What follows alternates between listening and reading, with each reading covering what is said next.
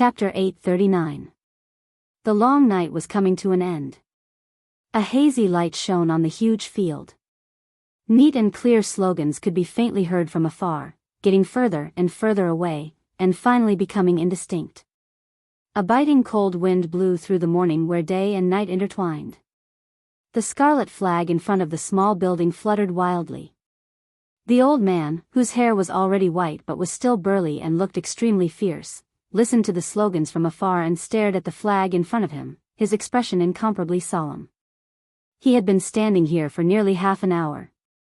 Countless expressions flashed across his face: hesitation, anger, hesitation, fear, determination, helplessness, doubt. All sorts of emotions. Even though half an hour had already passed, his expression was still constantly changing. Light footsteps sounded behind him. A charming young woman who looked to be around 30 years old walked into the study. She was wearing pajamas, but it was a rare tight-fitting style. It was not as loose and comfortable as normal pajamas, but the tight-fitting pajamas completely outlined her figure. Curvaceous and charming, this was a woman who seemed to be filled with temptation from head to toe. Intentionally or unintentionally, she vividly displayed all kinds of charm. The tall and mighty old man did not notice the young woman coming in. He was still frowning, hesitating about something. "What's wrong?" The young woman spoke softly, a pair of arms hugging the old man's waist from behind, her voice charming and languid. "Just now, it was a call from the Prime Minister." The old man spoke in a low voice. "Ah!" the young woman exclaimed, her charming face rubbing against the old man's back. She giggled and said, "The Prime Minister personally called you. Is it because you're going to be promoted? To Yuzhou? Or the Southeast?" "Nonsense, you're just thinking about my promotion." The old man turned around and laughed softly, pinching the young woman's face dotingly. The old man stroked the woman's hair, not saying anything. The two of them were not so-called lovers. They were a proper married couple. In the northern borderline, the matter of the northern borderline military commander Huang Tong marrying a mistress had always been a legend in certain hidden circles. Pang Tong was already 56 years old this year.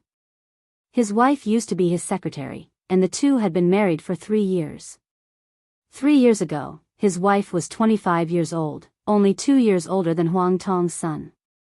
Their marriage had caused a lot of rumors. However, after a few years of marriage, the two seemed to be harmonious and sweet. Under the manipulation of some people, the mockery and ridicule had decreased a lot. Commander Huang really loved his wife very much. Thinking about the promotion she had been longing for, he narrowed his eyes and said softly, "But what you said isn't wrong. There is indeed a chance for a promotion." "Where to?" The young woman's eyes sparkled. "Yu Province, Southeast Province, Nanyue Province, or even the military headquarters." The old man subconsciously opened his mouth, then immediately realized that there were some things that he shouldn't say. He shook his head and softly said, "Go back to sleep, I have something to deal with." The young woman blushed and stammered, You don't exercise anymore?" "I'll exercise again tonight." Huang Tong shook his head, put on his military uniform, and began to make a call. The young woman kissed him, then turned and walked out of the study. When she was about to leave the study, Huang Tong's dignified voice sounded from behind. "Oh Yang, come to my office right now." The young woman's footsteps paused slightly, then she quickened her pace. From an angle that her husband couldn't see, her eyes were a little flickering. Oh Yang.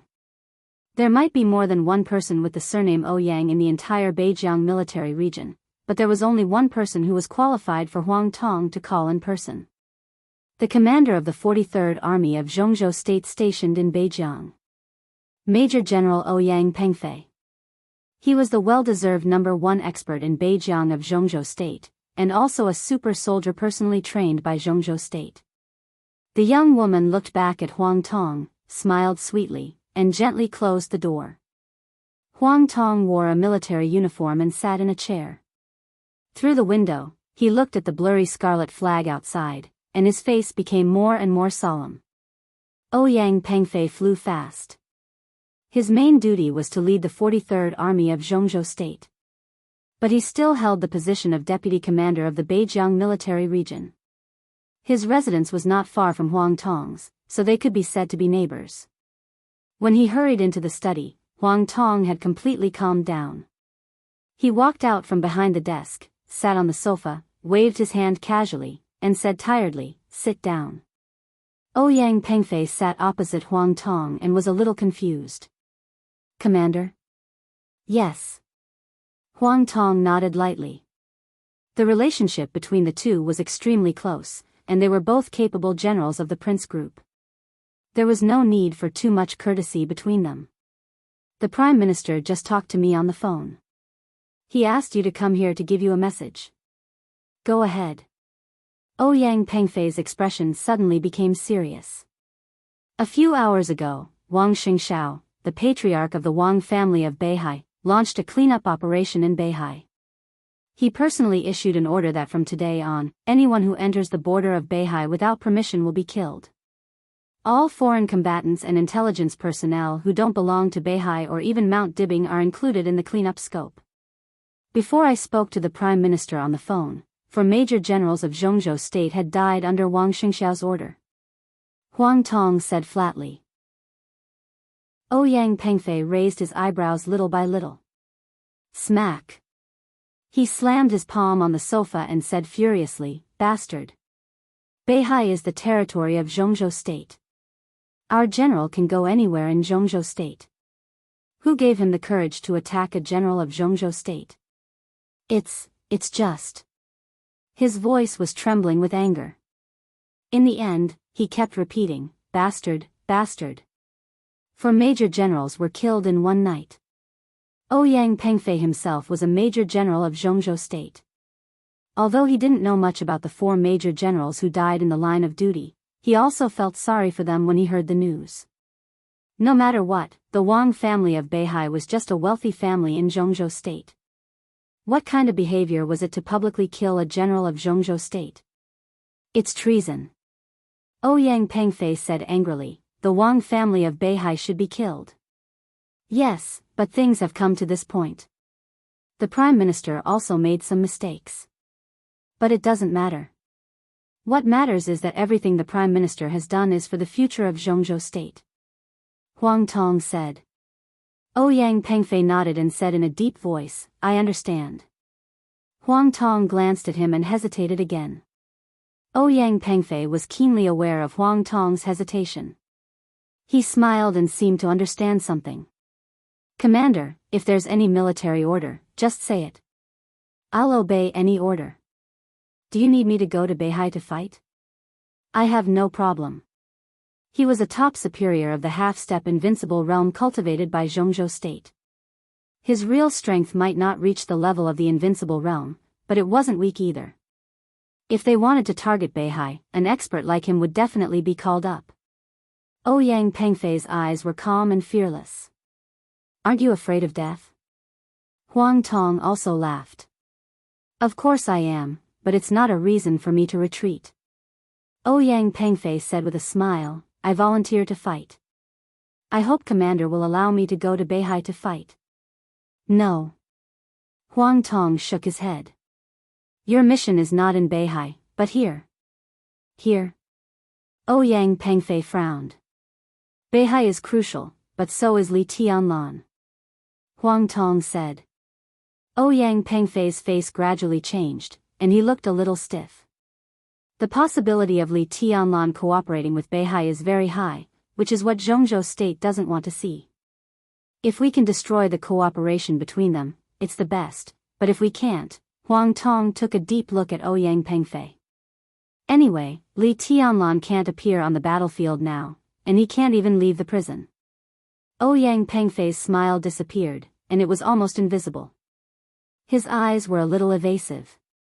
"So, the Prime Minister's order for you is to lead all the members of the 43rd Division to block everything around the desert prison at all costs. No one is allowed to enter or leave. The Beijiang military region will transfer elites to fully cooperate with your blockade operation." Huang Tong looked at Ouyang Pengfei's eyes and said word by word. Ouyang Pengfei couldn't laugh at all. Block the desert prison. Block Li Tianlan. This task was like a huge stone. His heart continued to sink, so much so that he almost couldn't breathe. This is, against Emperor Dong's palace and the one in the prison? Ouyang Pengfei's face was a little pale. Huang Tong didn't speak. His face was also a little pale. They were not afraid to offend the Wang family of Beihai at this time. But they really didn't want to offend Li Tianlan. Against the Wang family of Beihai, that was the action of Jianghu state. Countless forces were involved. They were mixed in, inconspicuous. Moreover, the Wang family of Beihai was more disciplined, so they would be relatively safe. But against Li Tianlan, they were in Beijiang. No. There would be a second force. Carrying out Chen Fangqing's order meant that they were the only force against Li Tianlan. Li Tianlan was not the Wang family of Beihai. He gave Jianghu state the impression that he was extremely crazy. Whether it was fighting against external forces or internal forces, he was extremely crazy and ruthless. The two tragedies of the Tang family and the Qi family in Yuzhou had fully explained what would happen if they angered Li Tianlan. At this time, in the face of this order, both Ouyang Pengfei and Huang Tong were a little scared. They really didn't dare to do it. But they had to do it. Huang Tong was very clear that Chen Fangqing had taken the lead in all the actions against the Wang family of Beihai. And in the shortest time, he got the support of most of the forces of the Prince Group. The Prince Group didn't have a good impression of the Southeast Group and the Wang family of Beihai. If there was a chance, they would not be polite. This was like a big gamble. The Prince Group thought they had enough chips and confidence to sit on the gambling table. Chen Fangqing might be thinking about the future of Jianghu state. But many people were also thinking about the future of the Prince Group. It was foreseeable that once the Wang family of Beihai was really defeated, even if the Southeast Group didn't fall apart, its vitality would be greatly damaged and it would become the weakest group today. This meant unimaginable benefits and right to speak. At that time, Chen Fangqing and the Prince Group, as the leaders of everything, would be rich and crazy. This kind of harvest was enough to make them the first group in Jianghu state, or even the only group. At present, targeting Beihai and blocking Li Tianlan was the will of the entire Prince Group. Huang Tong and Ouyang Pengfei couldn't refuse at all. Even if they didn't want to do it, they had to obey the order. They were all senior officers of Jianghu state. Disobedience was equivalent to desertion. The result would not be better than offending Li Tianlan. Pengfei, I know you're in a difficult position. To be honest, I'm the same. Huang Tong said softly, but we have no choice. Ouyang Pengfei smiled bitterly and didn't know what to say. Execute it. Huang Tong handed him a cigarette, sighed, and said softly, as long as the blockade is successful, my position will be yours in the future. And I'm sure that this position will not be your end. The Prince Group also knew that blocking Li Tianlan would put Huang Tong and Ouyang Pengfei in a difficult position, so they promised huge benefits. As long as the blockade was successful, in a short time, the two would definitely be promoted. And this was not the end, just the beginning. Of course the position of commander is good, but you have to be alive to sit in this position. Ouyang Pengfei said bitterly. What you said makes sense, but don't forget, this is the will of the whole group. You can give up this position, but you don't have the courage to block Li Tianlan. Do you have the courage to fight against the whole group? Ouyang Pengfei was silent for a long time, and then said softly, how long do I need to block the prison? The fastest is 1 month, the slowest is 3 months. Huang Tong took a drag on the cigarette. There should be a clear result in this period of time. Ouyang Pengfei scratched his hair irritably. What about the military area? Commander, how many people can you give me? This time, Huang Tong didn't hesitate at all and said directly, you can take as many people as you need. All members of the 43rd Army will take action. In addition, you can name everything in the Beijiang military region, and I will cooperate. I only have one request. Completely block the desert prison. No one is allowed to enter or leave. Pengfei, remember, this is a war. We can only win, not lose. Ouyang Pengfei was silent for a long time, and then asked, what if someone breaks in? People from the Wang family of Beihai, or people from Emperor Dong's palace? Huang Tong looked at him expressionlessly, and repeated again, remember, this is a war. At the same time he said this. Outside the study, in the master bedroom not far from him, the charming young woman took off her pajamas, lay on the bed again, and took out her mobile phone. She hid under the quilt, composed a text message with a calm expression, and then completely deleted her edited text message. There was a desert in Beijiang. There were also snow mountains. The flying snow fell in Kunlun City. In Kunlun City, Gu Xingyun picked up his mobile phone, looked at the text message sent on the mobile phone, and narrowed his eyes. Huang Tong made an appointment with Ouyang Pengfei. It seems that he has made up his mind. What choice does he have? Gu Qianxuan sat opposite to Gu Xingyun and shook his head. He really has no choice. Gu Xingyun held the mobile phone and looked at Gu Qianxuan thoughtfully.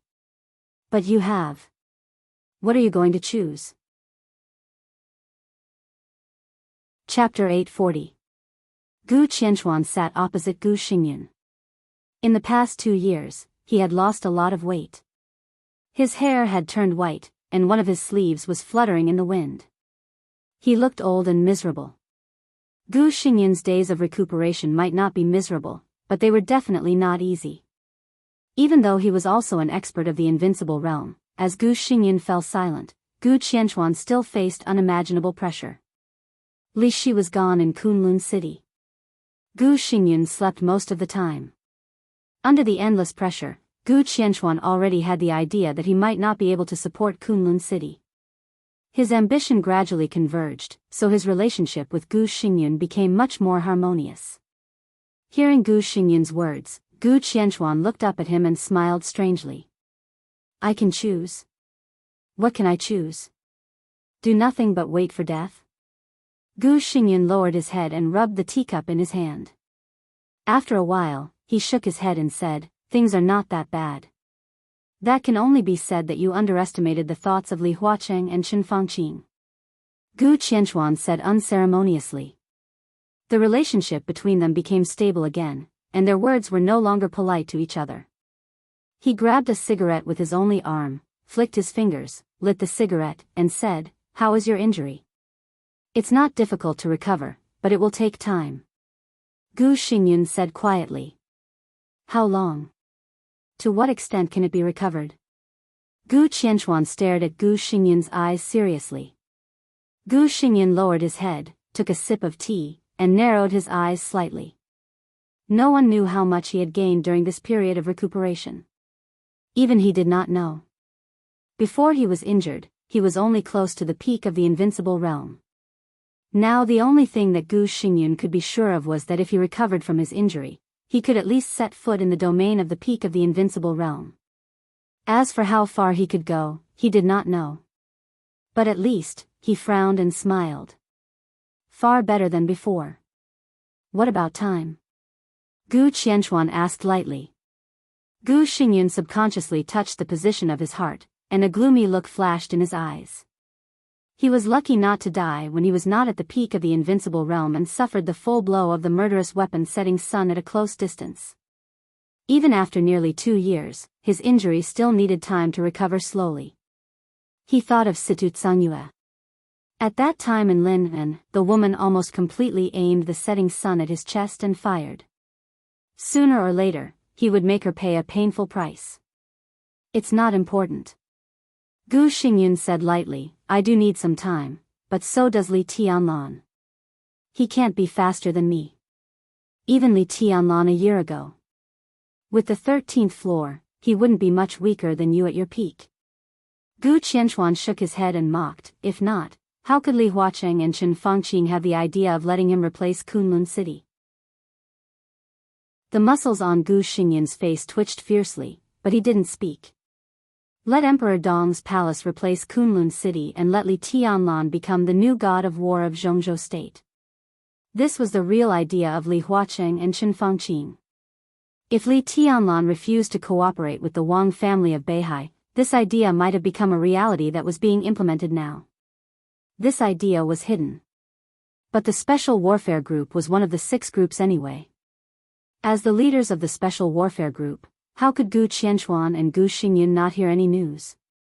Up to now, Kunlun City's complaints about the president and the prime minister aside, at least they and Li Tianlan had really formed a relationship that could not coexist.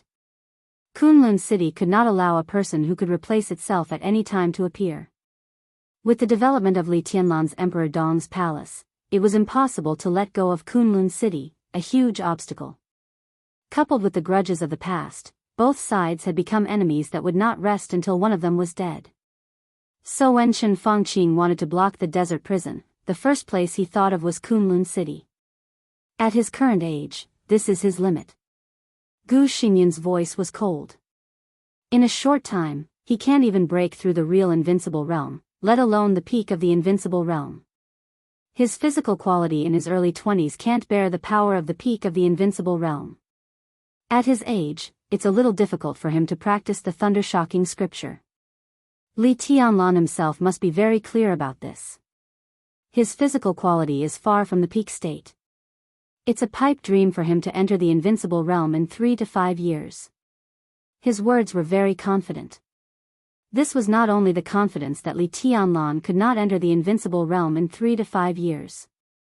Similarly, he was sure that his injury could be completely recovered in 3 to 5 years. So you have a choice. There's no need to fight with your life now. You're not waiting for death. You're now the acting governor of Kunlun City, so you can completely refuse Chen Fangqing's request.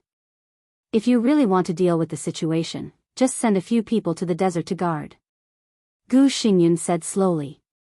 Seeing Wang Xingxiao's strength at the risk of fighting and Li Tianlan's domineering way of killing people at will, Gu Xingyun's thinking was slowly changing with the increasingly arrogant style of the younger generation. When he recovered from his injury, he would be at the peak of the invincible realm. Just as Li Tianlan once boasted. On that day, Kunlun City was the overall situation of Jianghu State. At that time, he would be the first to find Li Tianlan and kill Li Tianlan at all costs and in spite of all obstacles. At worst, he would go to the desert prison for a few years. When he came out, Kunlun City would still be Kunlun City. Gu Qianchuan's face was cold. There was a flash of hesitation in his eyes. Then he shook his head and said in a low voice, "I'm not as generous as you. I've been like this since I was a child. I only know that we're helping the parliament now. It's the general trend. We have the advantage. If we don't seize this opportunity, we're rejecting the parliament.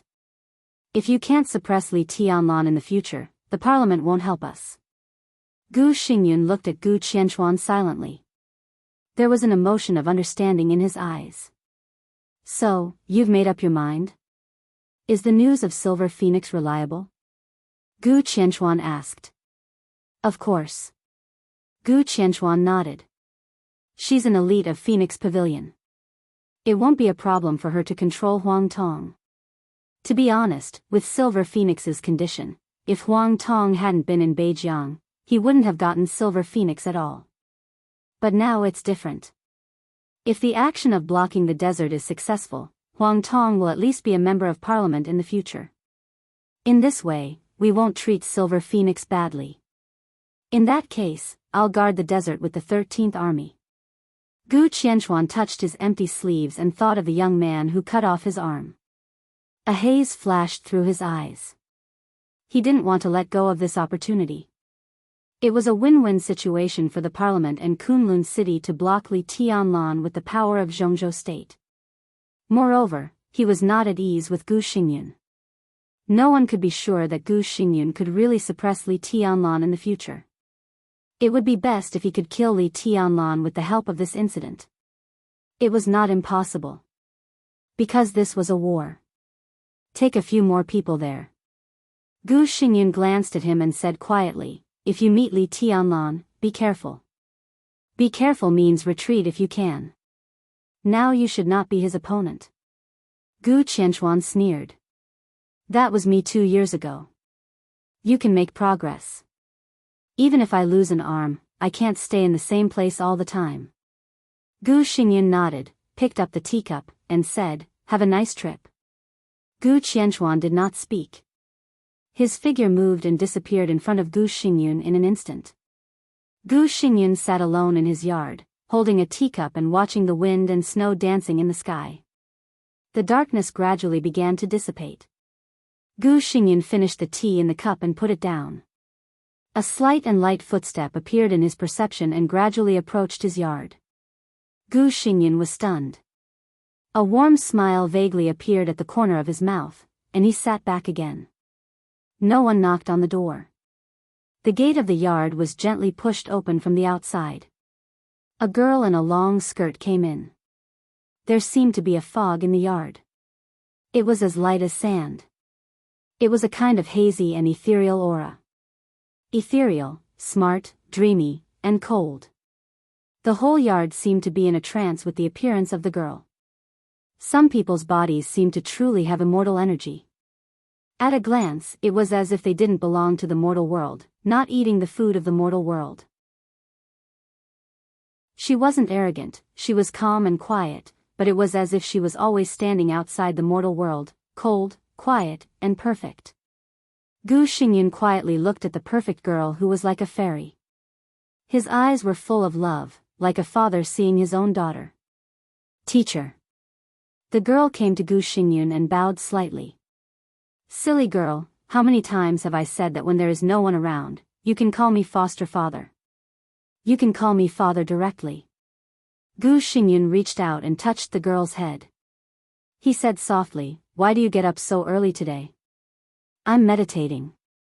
The girl did not avoid Gu Xingyun's hand, but she was not close to him. Of course, she was not alienated either. It seemed that she was born to be cold. She looked only 14 or 15 years old, but her every move was with an indescribable calmness. "If there is anything you don't understand, tell me." Gu Xingyun laughed, and his eyes became softer. Without Li Shi in Kunlun City, he seemed to have intentionally or unintentionally let go of Li Qingcheng. Instead, he was particularly fond of this girl who had just come to the mountain for less than 2 years. He taught her the martial arts of Kunlun City without reservation. Compared with Li Qingcheng, the girl enjoyed the real princess treatment in Kunlun City. "It's okay," the girl said quietly. She looked at Gu Xingyun with her ethereal and dreamy eyes, and said softly, "Teacher, why did Second Master suddenly go out of the city?" "Second Master has something to deal with. I'm injured, so I can only trouble him." The girl said yes. Looking at the falling snow in front of her, she was lost in thought. Her eyes were clear, but there was a yearning in the depths of her eyes. Gu Xingyun's heart moved slightly, and he smiled softly. "Xianyan, do you also want to go out of the city and have a look?" The darkness was about to dissipate. In the morning light with falling snow, the girl named Gu Xianyan lowered her head and said softly, "I don't know. After you go out of the city, where do you want to go and what do you want to do?" Gu Xingyun continued to ask. Gu Xianyan still shook her head and said softly, "I don't know." "Well," Gu Xingyun pondered and smiled. Not knowing is a good thing, but also not a good thing. Since you don't know, you might as well go out and have a look. Maybe you will know what you want to do. He flicked the girl's white forehead and smiled. "After dawn, I will arrange someone to send you out. No one will stop you if you want to do anything. But you can't get tired of the people who protect you. You are the princess of Kunlun City. It's not proper to have no one following you. Do you understand?" A little joy flashed on the girl's delicate face, and she nodded hard. She looked at the gloomy sky above Kunlun City and whispered, "Teacher, it's dawn." Gu Xingyun looked at her expression and could not help laughing. He touched the teacup and whispered, "Yes, it's dawn." When it was dawn, Gu Qianchuan officially left Kunlun City.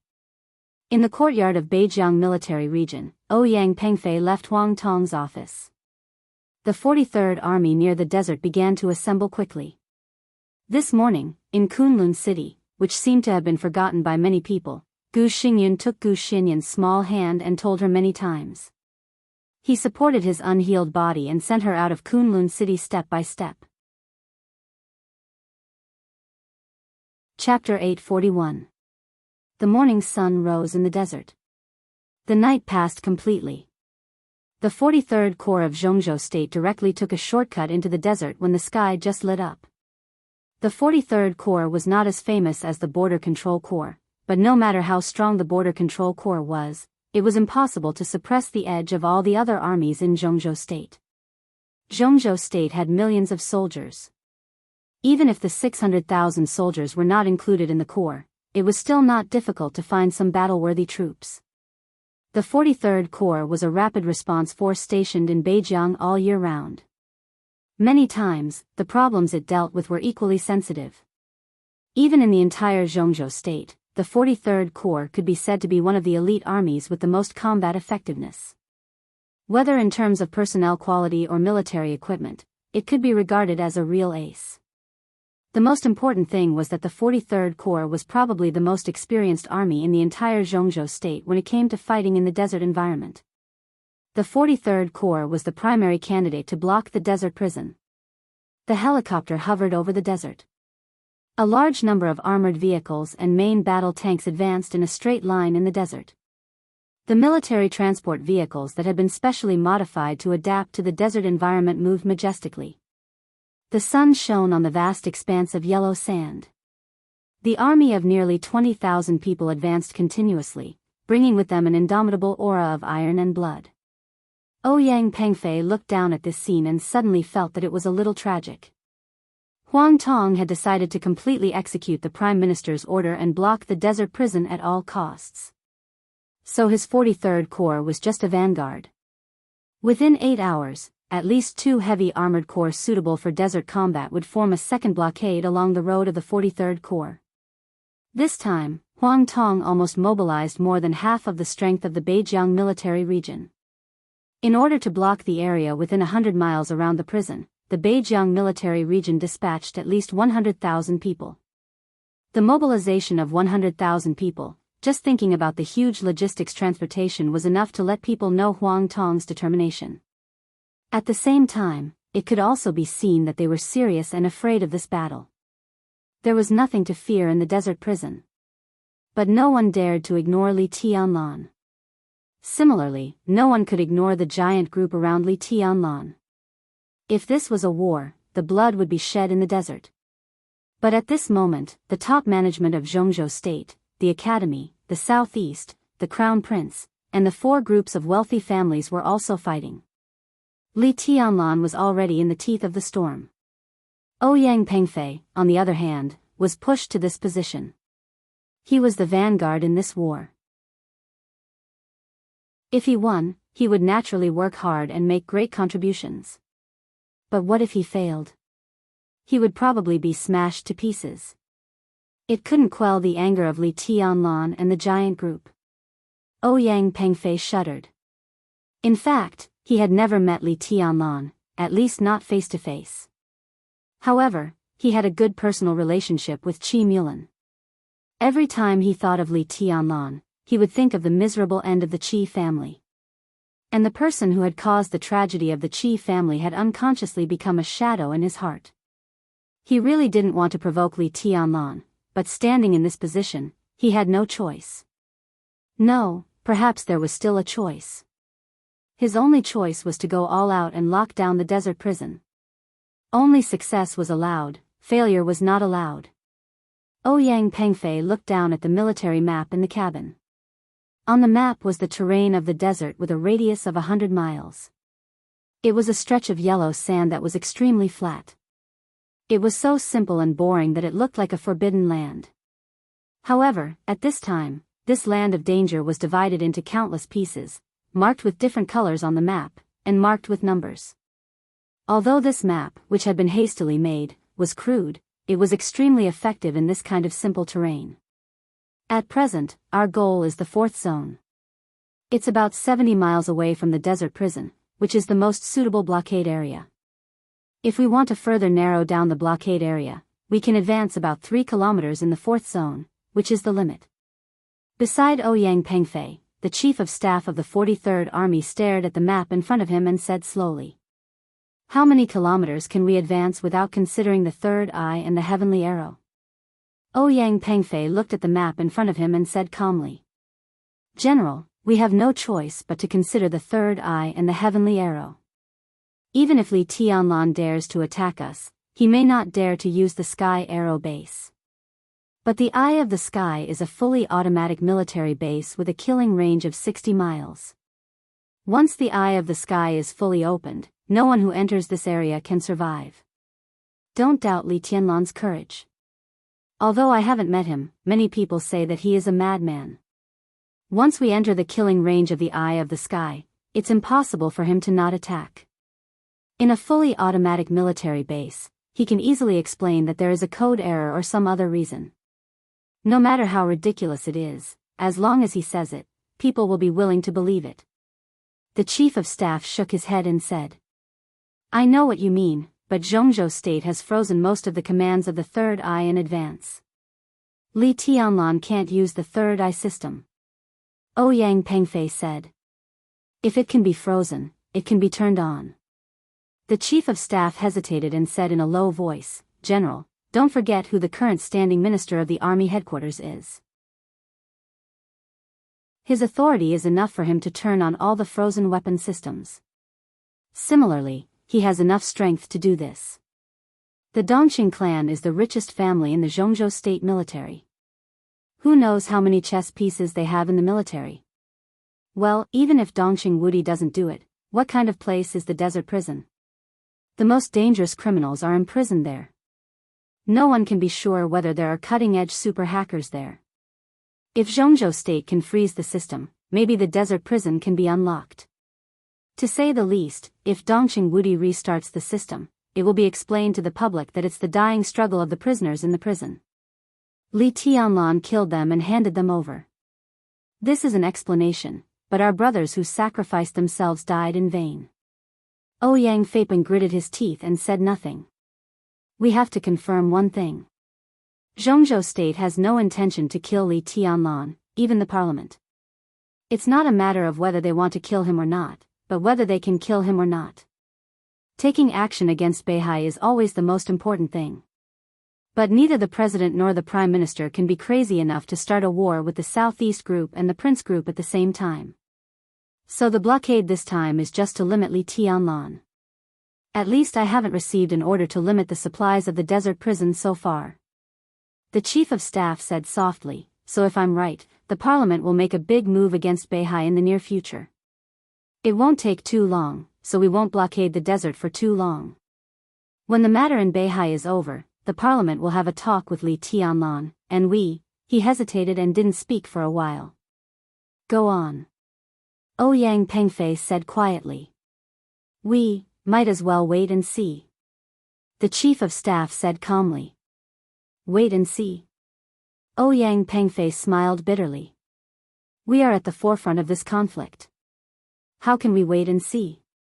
We are indeed very far ahead at present, but it's not a bad thing. At least if someone wants to rush in from the outside, they will first face the troops behind us. As for the direction of the desert prison, I don't know what happened to make the prime minister give such an order, but Li Tianlan won't know it at night. For a while, he shouldn't respond too violently. Even if he does take action, there are still people in front of us who can shelter us. The chief of staff smiled and said softly, His Highness Gu Qianchuan should be coming, right? Chapter 842. About the fairy face in Kunlun City, wasn't it written in Volume 4, Chapter 41, Xian Xuanzi took it from Mormons. The 43rd Army was moving. The Beihai Corps was also moving. From beginning to end, the desert prison remained silent. Beihai Province also remained silent. Hence, when news of the movements of the North Sea Legion and the 43rd Division reached the central continent, the first people to panic weren't the people in the desert prison or the North Sea Province. Instead, the first people to panic were the leaders in the central continent's upper echelons. This year, tomorrow was destined to be the most sensitive time. It happened once every 10 years, like reincarnation. These leaders had long been used to such changes, but as the situation developed, some conflicts became more and more intense. Until the 43rd Army began to blockade the desert prison, some immovable big shots in the upper echelons of Jianghu state were shocked to find that the whole situation had developed to the point of life and death. The end of this term was the beginning of the next term.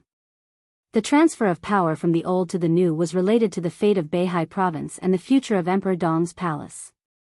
It was no exaggeration to say that the change of power, Beihai, and Emperor Dong's palace had been closely linked because it involved the southeast, the crown prince, the academy, and the giant group. Among the 6 groups in Jianghu state, the 4 strongest groups were involved and became the 2 sides of the game. The Beihai group and the Special Warfare group also had their own space to move. All the people in Jianghu state who were qualified to participate in this matter had already participated. Everyone had different pursuits, but the results they hoped for were the same. Li Huaqing and Chen Fangqi might be thinking about the future of Jianghu state, but more people were thinking about the possible benefits in the future. The game of Beihai was the key before the change of power.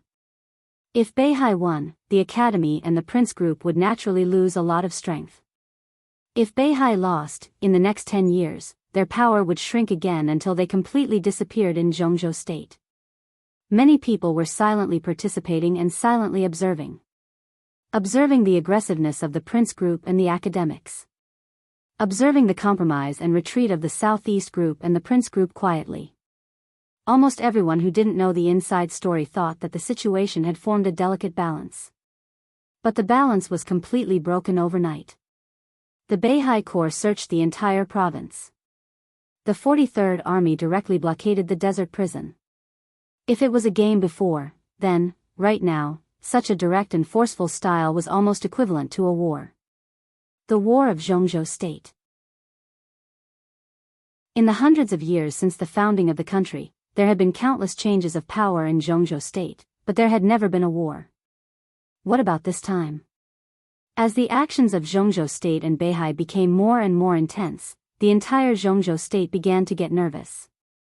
In the office of the executive minister of the army headquarters building, Dongqing Wudi smoked silently, squinting at a report from the Beijiang military region in his hand. The report was very short, and the content was even simpler. It said that the 43rd Division had joined forces with 2 other heavy armored divisions to conduct a large-scale exercise. Dongqing Wudi did not look at this kind of serious nonsense. He mainly looked at a signature below. It was Li Huaqing's personal signature. The president of Jianghu State had always been the minister of the army headquarters, but most of the time it was just a nominal title.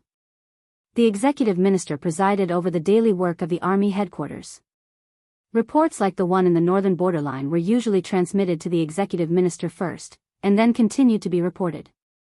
But this time, it was the complete opposite.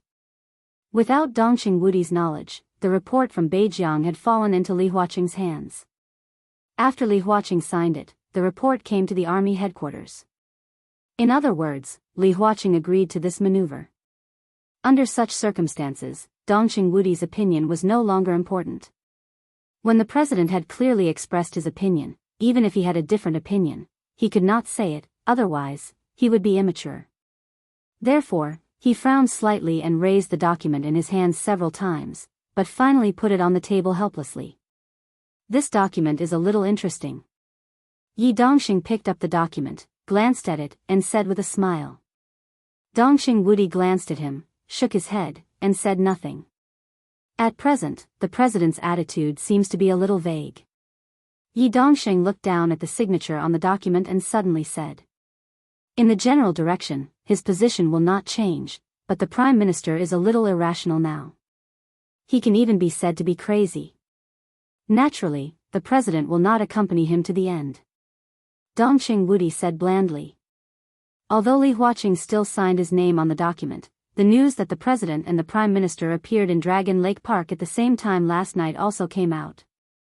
All kinds of signs showed that the cooperation between the president and the prime minister had cracked. But no matter what, at this time, Li Huaqing would still support Chen Fangqi. The situation is in our favor. Yi Dongqing said with certainty. Dongqing Wudi snorted softly and said with some dissatisfaction, we still need some evidence. We just arrested him last night. Even if we interrogate him, it will take some time. Yi Dongxing spread his hands helplessly. But don't worry, we will get what we should get soon. When the evidence is put in front of the president, what do you think his attitude will be? Li Huaqing knew that Qin Fangqing had started the termination plan. The Wang family of Beihai also knew. But now there was no evidence that could directly prove that the termination plan was Qin Fangqing's doing. Sometimes evidence was important, and sometimes it was not at all. When the strength of the two sides was almost equal, as long as they found the evidence that Qin Fangqing started the termination plan, with the power of the Wang family of Beihai and Dongqing Wudi, it was enough to give Qin Fangqing a heavy blow, and even push Li Huaqing away from Qin Fangqing completely. Now the elites of Zhongzhou state under the control of Mount Dibing were the key to providing evidence. Tianlan, Dongqing Wudi was silent for a moment and said softly, "He has been in the desert prison for too long. Even if you have the so-called evidence, the president's attitude on the blockade of the prison will not change. He and Qin Fangqing are estranged just because Qin Fangqing's means are too fierce, which is not in line with his principles of life. He doesn't want to take risks with Qin Fangqing. This doesn't mean that the president doesn't want to take over Beihai. The evidence you have may bring a lot of pressure to Qin Fangqing, but the president and the prime minister will not let go of the blockade of the prison. They both want to take over Beihai and don't want to see Tianlan cooperate with Beihai. So in any case, they will not let anyone send the news to the prison. It doesn't matter." Yi Dongxing smiled. "Comparatively speaking, what matters is His Highness's current identity. His Highness went to the desert prison mainly because of Qi Mulan's case. As long as Qi Mulan is proven guilty of treason, His Highness is innocent. So what?" Dongqing Wudi said with some mockery, "If he is proven innocent, will Tianlan be released directly at this time? If that's the case, what's the point of blockading the desert prison? I mean, as long as His Highness is proven innocent, His Highness can do a lot of things. We will break through the blockade as soon as possible and reveal the termination plan to His Highness. The whole Beihai province is looking forward to the day when His Highness breaks through the blockade." Chapter 843. The prisoners in the desert prison were still calm. Without any information channels, they had no way of knowing what was happening in the outside world. However, the higher-ups of the prison were on high alert. The conference room that was used by Li Huaqing and Qin Fangqing as a negotiation venue was filled with people. Xiao Mahai, a few deputy wardens, the commanding officer of Sky Arrow Air Force Base, the chief of staff, a few middle-level managers of the prison were gathered together.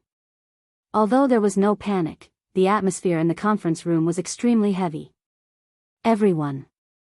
In the heavy atmosphere, the commanding officer of Sky Arrow Air Force Base, Kong Zhe, slowly said, 5 hours ago, the parliament unilaterally shut down all the control systems of Sky I Base. At the same time, they shut down the radar and positioning system of Sky Arrow Air Force Base. Most of the military equipment in the two bases are paralyzed. In this situation, if there is a serious criminal escaping, the Sky I Base will not be able to lock onto any target. Without the radar and positioning system, it will be difficult for Sky Arrow Air Force Base to send air forces to fight. We don't have a clear route. In the entire base, only a few top pilots can continue to operate the fighter jets. However, they can only take off and land. We can't even lock onto the target.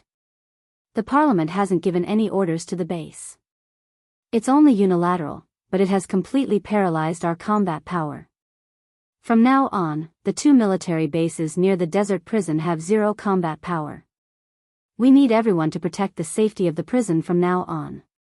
4 hours ago, our logistics personnel were detained in the northern military region. Although some daily supplies were sent over, they were all sent over by the elites of the 43rd Division. As for our people, we've lost contact with them. The head of logistics had a gloomy expression. Although the prison still has power, all external communication signals have been completely blocked. We can't get in touch with the outside world. Phones, internet, everything is in a state of disrepair.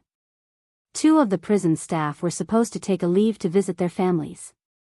However, before they could leave the prison, they were sent back at gunpoint by the people of the 43rd Division.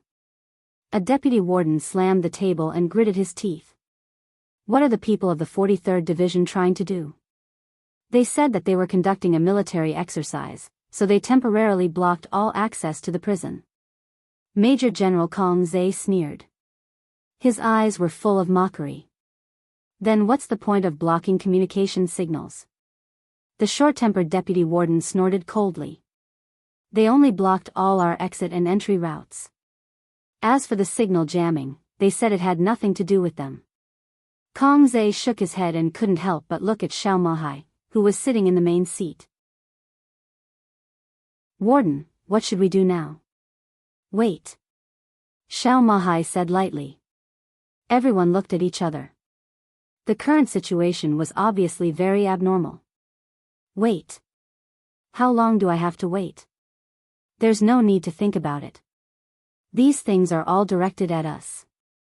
To be precise, they are directed at His Highness. This is a blockade. No matter what the other party says, this matter is actually a blockade of the desert prison. Xiao Mahai said slowly. When Li Tianlan was not around, he was no longer the civil servant. He looked calm and composed. He glanced at the middle-level officer in charge of logistics, narrowed his eyes, and said softly, "Are the test results out?" "It's out. All the supplies sent by the 43rd Division are in line with our purchase list. They've all been tested. Normal, no poison." The logistics supervisor nodded. Xiao Mahai nodded. "What about the ingredients for His Highness?" "All tested. Normal, no poison." The eyes of the logistics supervisor were calm and relaxed. Xiao Mahai took a deep look at him and suddenly said with a self-deprecating smile, "At present, it seems that the Parliament obviously doesn't intend to poison or starve us.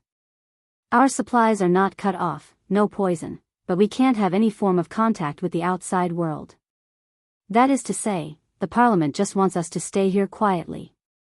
No one spoke. Everyone was looking at Xiao Mahai. There are two possibilities. First, the Parliament doesn't want His Highness to leave the prison, or doesn't want His Highness to leave the prison now. But this blockade won't last long. The cost of using tens of thousands of troops to blockade a place is too high. Using this means shows the Parliament's determination and attitude that they don't want a long-term blockade.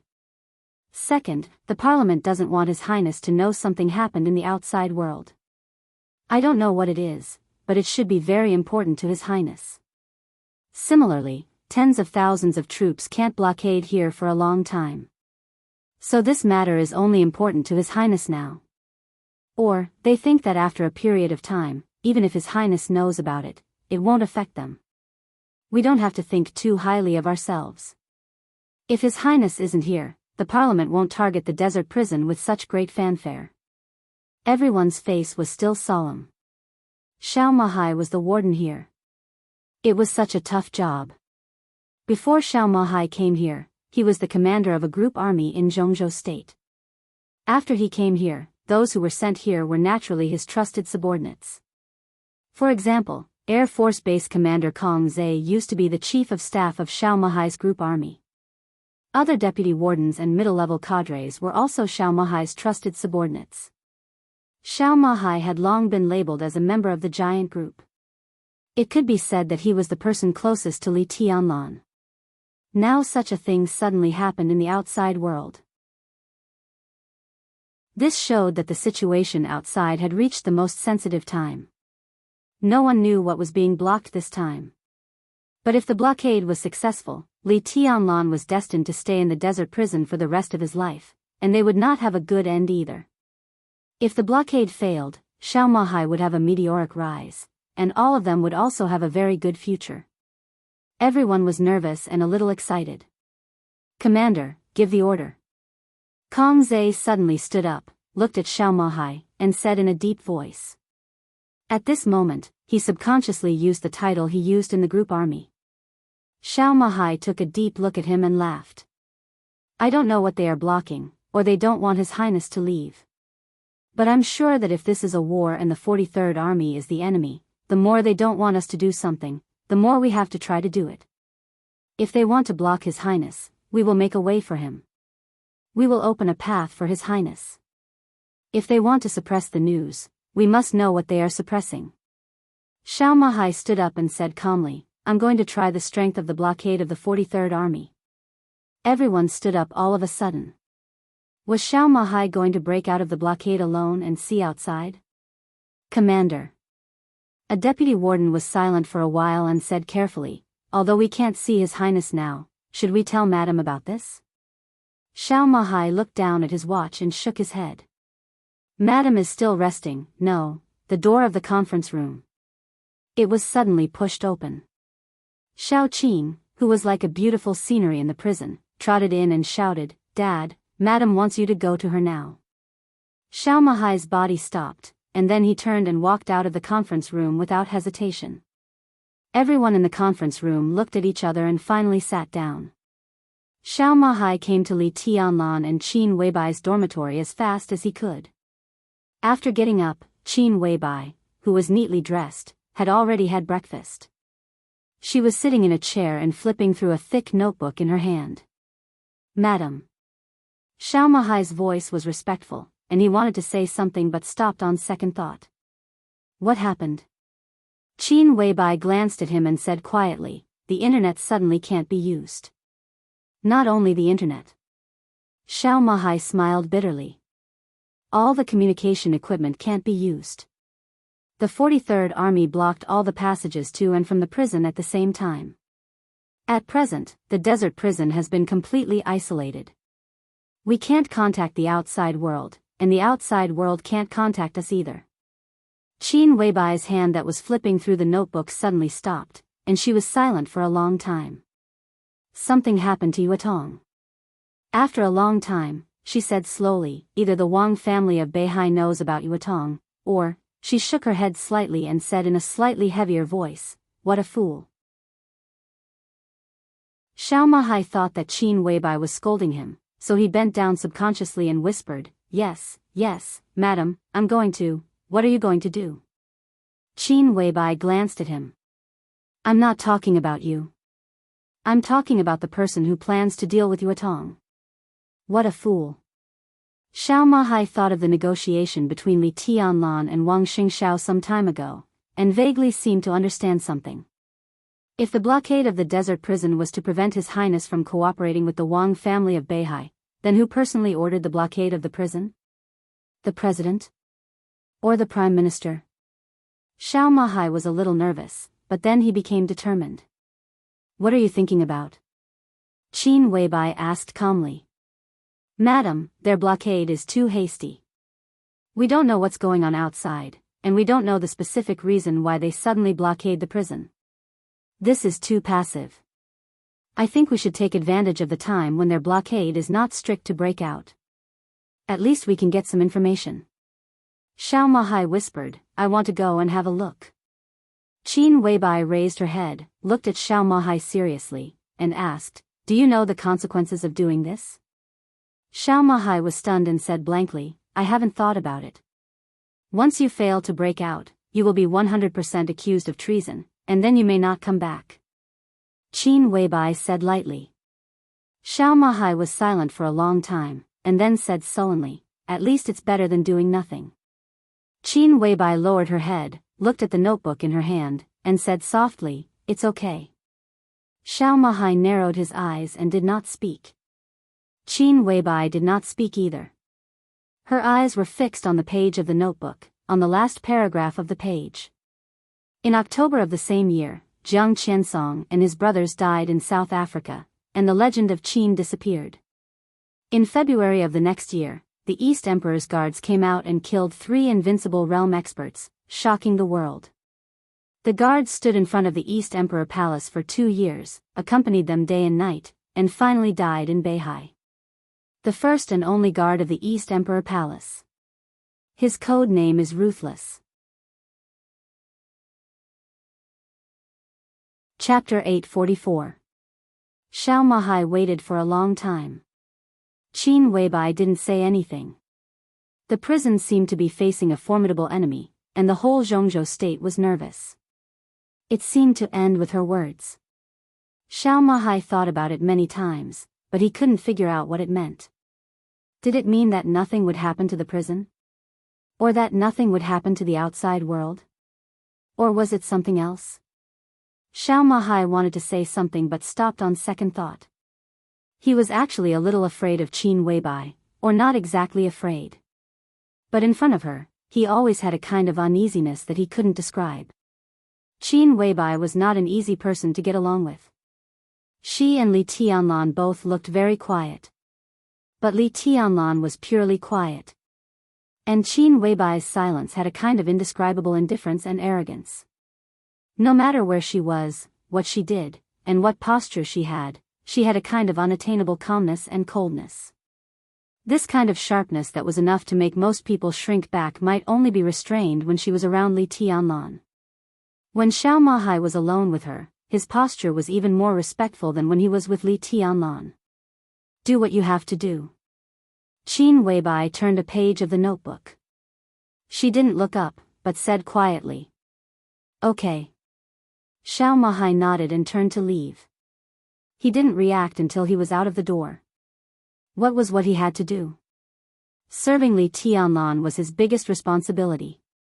But he hadn't seen Li Tianlan for nearly 2 months. Li Tianlan was now raising his sword. The area where he raised his sword had been completely regarded as a forbidden area of the prison. Qin Weibai personally sent his 3 meals every day. What else should he do?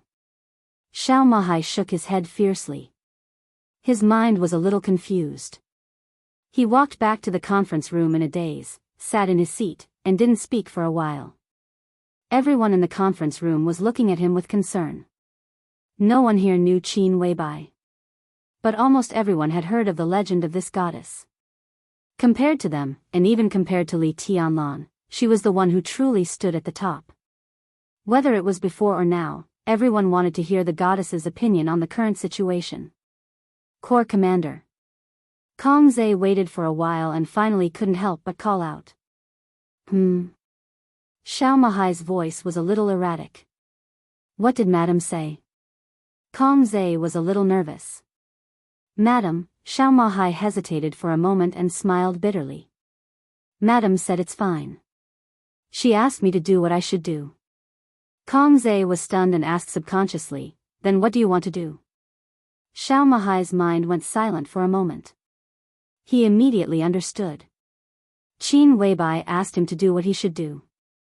At a time like this, what he should do wasn't important.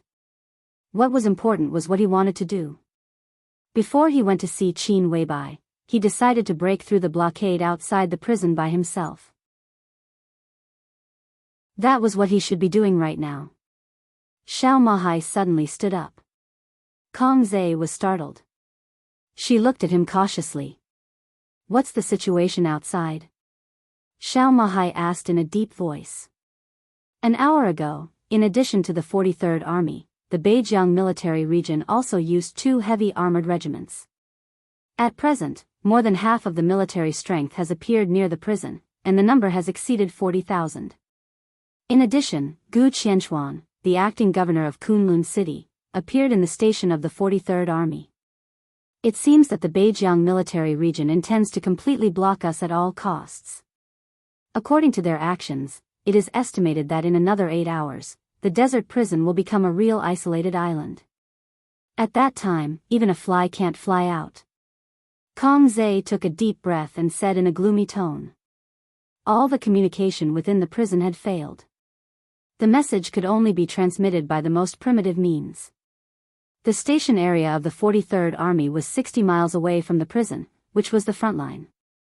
The people they sent out must be close to the front line, then run back to report the news, and then run back again, back and forth. The news, he said, was the latest situation that came an hour ago. Gu Qianxuan.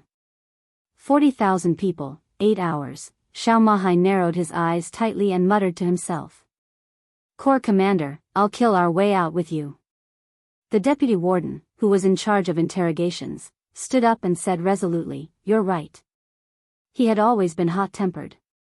Seeing that Xiao Mahai wanted to break out, he didn't bother to consider any consequences and directly showed his attitude. Nonsense. Kong Zhe glared at him. At this time, there is no possibility of success to break out. Tens of thousands of people gathered in such a small place in the desert. There are countless detection instruments, a large number of advanced military equipment, and experts of the invincible realm. It's impossible to break out. We have to do it even if it's impossible. Xiao Mahai said. Kong Zhe froze for a moment. This time, the blockade is aimed at Your Highness and Emperor Dong's palace. It's not appropriate for Your Highness to show up for the time being. But it doesn't mean that Emperor Dong's palace doesn't need to show its attitude in the face of the army of Jianghu state. This kind of attitude can only be expressed by me. Xiao Mahai said calmly, I'm the director of Emperor Dong's palace. The army has sealed us. If I don't show up, should I let Madam take the risk? His Highness and his wife built the current Emperor Dong's palace together. We have all kinds of reputations in the outside world, but we never shrink back. We are cowards who bully the weak and fear the strong. We don't have such a reputation now, and we can't have it in the future. But Kong Zhe was a little annoyed. But it's Jianghu state that seals us. Jianghu state, Emperor Dong's palace, Li Tianlan. No one would think that the three were not one. Toughness, madness, and overbearingness were all external. But Jianghu state was still one of them. Yes, it's Jianghu state that seals us. Xiao Mahai said meaningfully. Kong Zhe froze and took a deep look at Xiao Mahai. At this moment, no one could understand Xiao Mahai's meaning except for him.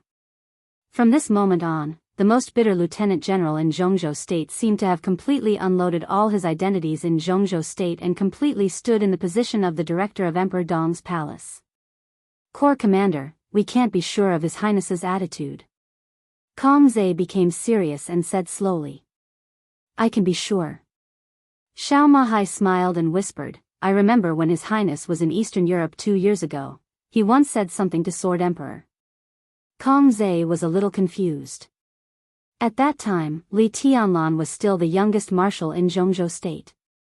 His every move and every word was the focus of attention. Many sensitive topics would also be recorded, but they could only be viewed with certain authority. After all, Xiao Mahai was a lieutenant general, and he had enough authority. The words and deeds of some people that needed his authority to see were often sensitive. Maybe many years later, a certain person or a certain sentence would appear in the history of Jianghu state. What is it? Kong Zhe asked. Xiao Mahai took a deep breath. A tiny but incomparably sharp electric arc curled around his body, faintly discernible. He had not fought with others for many years, but he was forcibly recovering. His body was straight, and his fighting intent was rising little by little. In the subtle light of the arc, he looked extremely determined. If Jianghu state doesn't let me down, I won't let Jianghu state down. Xiao Mahai said lightly, whether it's His Highness or Emperor Dong's palace, or even everyone, it should be the same. Li Tianlan said this in Eastern Europe, but until now, no one had asked Li Tianlan what would happen if Jianghu state failed him. Why? What was sacred, lofty, worthy of love, and worthy of everything in everyone's eyes would not be let down. So this question was meaningless. When that day came, there were only choices. Just like Xiao Mahai's choice now. It represented the choice of Emperor Dong's palace. Outside the prison, the morning sun rose high in the sky. Under the scorching sun, thousands of miles of yellow sand could be seen. An incomparably dazzling lightning rushed out of the gate of the desert prison and rushed to the front line 60 miles away. It moved forward with indomitable will. Chapter 845. Qin Weibai stood in front of the window, quietly watching the bolt of lightning that rushed out of the prison gate disappear from sight. Then countless people in the prison were busy. A few technicians went to the Sky Eye base, trying to restart the weapon system there. This fully automatic weapon system was set up in the desert, so the firepower was extremely violent. Even an expert at the peak of the invincible realm couldn't survive such dense firepower. As long as they broke through the remote blockade of Jianghu state and reactivated the system, they at least had a bargaining chip with the 43rd Army. Kang Ze returned to the Sky Eye base, planning to restore the combat effectiveness of the Air Force as much as possible in the most primitive way. The others were still in the conference room, discussing how to deal with the current situation. In any case, everyone in the prison was already on the same boat with Li Tianlan. If Li Tianlan didn't come out for the time being, they had to do their best to try to solve the current problem. Qin Weibai turned back to the table and poured herself a glass of water. Her perfect and delicate face looked quiet and soft, without any tension or solemnity. The army was gathering dozens of miles away. The blockade had been fully spread out in the desert. But it was just a blockade. What Chen Fangqing wanted most was Beihai. At this time, he couldn't kill Li Tianlan. He couldn't kill him, and he didn't dare to. Killing Li Tianlan and destroying Beihai meant a full-scale war in Jianghu state. That was a real war. If Li Tianlan died in Chen Fangqing's hands, Dongqing Wudi would definitely have the courage, reason, and strength to launch a real war. Naturally, the Southeast group would not sit still. At that time, the whole Jianghu state would be in war, with corpses everywhere and blood flowing like rivers. Jianghu state's international status would plummet. Even if Chen Fangqing was really crazy, he wouldn't take such a risk. So even if he knew that the giant group was cooperating with the Southeast group, their main target was still the Southeast group, so that Dongqing Wudi wouldn't be completely stimulated. Chen Fangqing didn't dare to hurt Li Tianlan. He knew that, and so did Qin Weibai. So now he could only completely block the desert prison and then concentrate on Beihai. In this way, the possibility of Chen Fangqing blocking the prison was easy to speculate. Either Chen Fangqing made up his mind to wipe out Beihai once and for all, or something happened in the outside world that would make Li Tianlan cooperate with Beihai. The former was unlikely because there was not enough time. The latter could only be because of Wang Yuetong. Chen Fangqing tried his best to prevent the news about Wang Yuetong from being passed to Beihai prison. That was why tens of thousands of soldiers had marched over, cut off communications, and cut off the base's weapon systems. However, Qin Weibai still felt that Chen Fangqing was very stupid. From her position, she would not look up to the leader of a country. Chen Fangqing's actions this time were really stupid. Or rather, it could be said that his mentality was unbalanced and he didn't consider it thoroughly. He might not know many things. But at the very least, he should know that she was the clan leader of the Lin clan now, and they were locked in prison together. Could it be that the other party had really disregarded everything? Qin Weibai took a sip of water in silence and took the flower that Li Tianlan had given her from her hair. The flower formed by the sword qi was vivid and translucent, but it looked lifeless. More than a month ago, Li Tianlan's sword energy had completely died down. He cut off all contact with the outside world. Even though Qin Weibai sent him 3 meals a day, she always left them at the door. Not to mention seeing Li Tianlan, most of the time, the food she sent to him was brought back untouched. No one knew how Li Tianlan was doing now. Li Tianlan's room was now like a black hole, and no one dared to go in. Qin Weibai silently observed the flower in her hand. At the core of the flower, there was still a trace of sword intent that was so subtle that it almost didn't exist flowing, so it stabilized the shape of the flower. However, this trace of sword intent could not allow Qin Weibai to communicate with Li Tianlan at all. Even she did not know how Li Tianlan was raising the sword. She did not understand martial arts, and she did not even know what raising the sword was. So she had been flipping through the notebook in her hand these days, trying to find some clues from it. Today, she just turned to the page of ruthlessness. It happened to be when Xiao Mahai came in to find her. The blue notebook was extremely heavy, and the content was detailed and cumbersome. It was not the experience of martial arts or weekly notes, but all her memories that were sleeping in Switzerland. The Samsara Palace's detailed and somewhat strange intelligence system was often built on the basis of these memories from the past or the future. Time could not change the affection, but the old memories would eventually fade. Therefore, she had recorded some important information in her notebook a long time ago. So the content of the notebook was varied. Some were like stories, some were like narratives, and some were like specific words, which looked extremely messy. Qin Weibai's eyes fell on the sentence about ruthlessness. The guard stood in front of the East Emperor Palace for 2 years, accompanying him day and night. For 2 years, he accompanied him day and night, standing in front of the palace. Qin Weibai looked at it for a long time. She thought about it, found a pen in the room, hesitated for a while, and finally finished the story.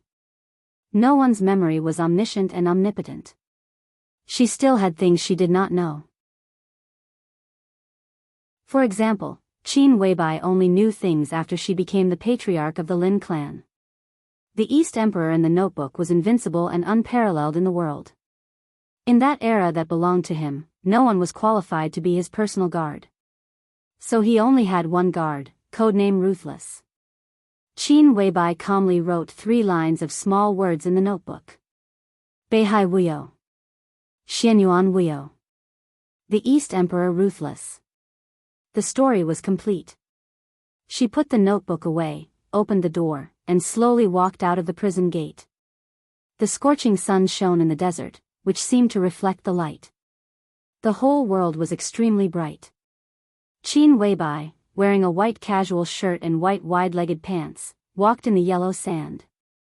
Her clothes fluttered, and her fragrance filled the air, like a fairy descending to earth. Qin Weibai walked forward quietly. She walked in a straight line for about 10 miles. The sun was hot, and a fine layer of sweat appeared on her forehead. She raised her hand to wipe the sweat, and gently picked the sword energy flower Li Tianlan gave her. Her black hair fluttered with the white clothes. Qin Weibai squatted down, inserted the flower in her hand into the yellow sand under her feet, and whispered, "When will you come?" When noon was approaching, the helicopter from Yuzhou flew over Xianyuan City and finally landed slowly in front of the City Hall building of Xianyuan City. This was the youngest city in Tiannan, but it had a completely different atmosphere from the other cities. There were flower beds, fountains, clean and tidy stone roads, and green grass. People were coming and going in front of the City Hall, but there was a faint sense of order. Overall, there was not the slightest bit of noise. Instead, it was somewhat quiet. Ning Qianxing's back was to the white building of the City Hall. Watching the helicopter land, he walked a few steps quickly and smiled softly. "Welcome to Xianyuan City, Marshal Yi." Yi Dongsheng, who walked out of the helicopter, shook hands with Ning Qianxing warmly. He glanced around and laughed heartily. "Xianyuan City is beautiful. Mayor Ning, you're young and promising." "You flatter me, Marshal Yi." Ning Qianxing asked calmly, "Do you think I should eat first, or report to you first?" "There's no need to report." Yi Dongsheng waved his hand. "There is a tacit understanding between Xianyuan City and the parliament. This tacit understanding will not change in the past and will not change in the future. I came here on a whim and wanted to take a look, and tell you a piece of news by the way." Ning Qianxing glanced at him and nodded. "In that case, get in my car. Let's go back and talk. I've already informed Badian. Let's have a small meeting." "Not here?" Yi Dongsheng glanced at the beautiful city hall with a playful look. "Not here. Let's go back to the headquarters."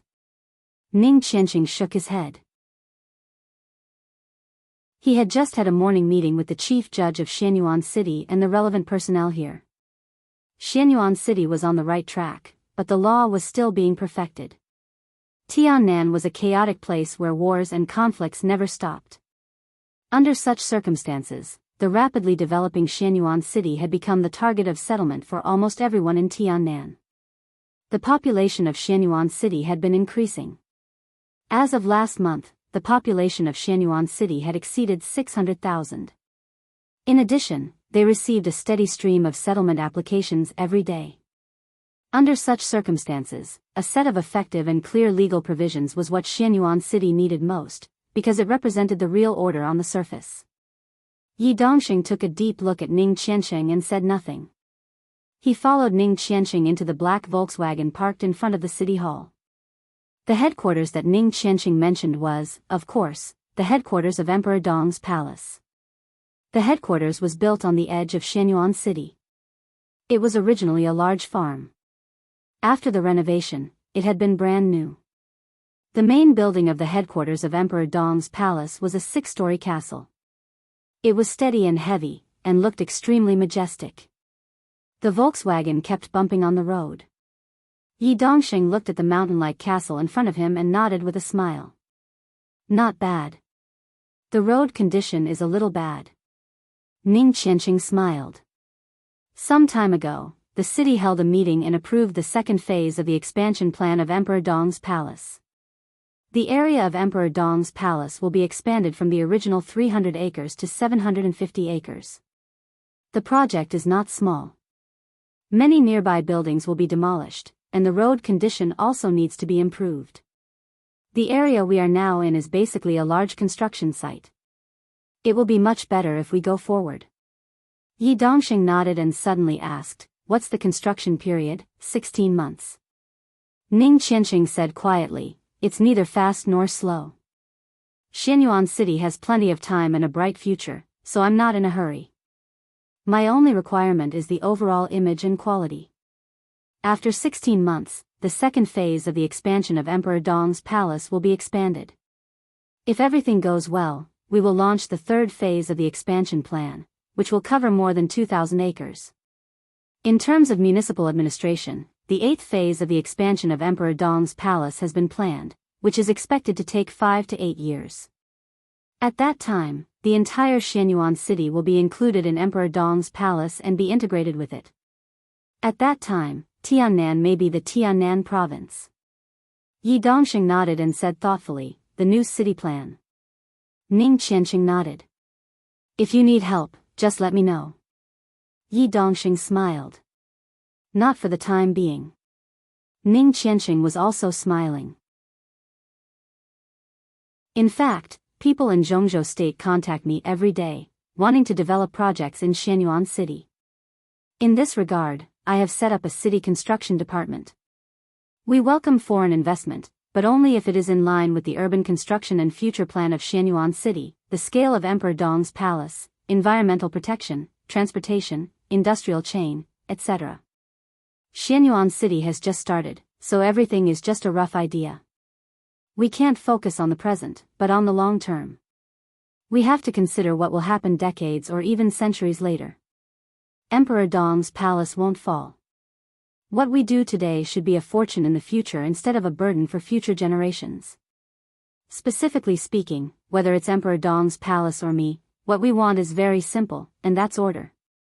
Ning Qianqing's voice was steady and clear, but there was a kind of indescribable spirit between the lines. Yi Dongxing looked at him quietly, feeling a little emotional. Li Tianlan chose Ning Qianqing to be the mayor of Xianyuan City, which was the best choice. This year, Ning Qianqing was 28 years old, and it had been 5 years since he met Li Tianlan. At the age of 27, Li Beidian was now an expert at the peak of the thunder-shocking realm. With the Nirvana sword, he really reached the peak of combat effectiveness. His martial arts progress was rapid, and now he was one of the top experts in Emperor Dong's palace. Yi Huayu, who had been following Li Beidian closely, also entered the thunder-shocking realm a few months ago. And Yu Qinyan, who was the closest to Ning Qianqing and had promised to marry him when Li Tianlan came out, was only one step away from the thunder-shocking realm. Ning Qianqing was still at the peak of the fire-flaming realm. His martial arts progress was not great, and it could even be said that it was just passable. But as the mayor of Xianyuan City, he did better than countless domestic senior officials at the same level. This year, Ning Qianqing, who was 28 years old, was 10 years younger than Zhou Yuanshan, who was 38 years old. There was only one level difference between them. Maybe many years later, he would become the core spokesperson of Li Tianlan in Jianghu State, supporting a new group to move forward in Jianghu State and on the international stage. Just like him and Wang Tianzong. Or more than that. Ning Qianqing calmly introduced the plan of Emperor Dong's palace and Xianyuan City to Yi Dongxing. The car passed the bumpy construction site, and everything in front of them suddenly opened up. The castle was getting closer and closer, looking more and more majestic. The black Volkswagen stopped on the lawn in front of Emperor Dong's palace. A man who looked about 30 years old opened the door for Yi Dongsheng and said with a smile, "General Yi, welcome to Emperor Dong's palace." Yi Dongsheng glanced at him. As one of the members of Jianghu state who paid the most attention to the development of Emperor Dong's palace, a series of information about him immediately appeared in his mind.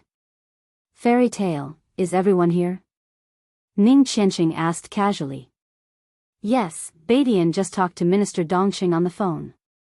Everyone who can come is here. The man smiled, and his voice was calm. Fairy tale was not his code name, but his real name. He could be said to be the youngest high-level official in Emperor Dong's palace. The so-called young referred to the time when he became a high-level official. Fairy tale himself was also one of the graduates of the two academies in the previous batch. He graduated from the Deep Sea Academy and ranked very high in the Deep Sea Academy. During the final maneuver of the two academies, his team was broken up by Jiang Shangyu's 3000 world. In the end, he could only participate in the individual maneuver.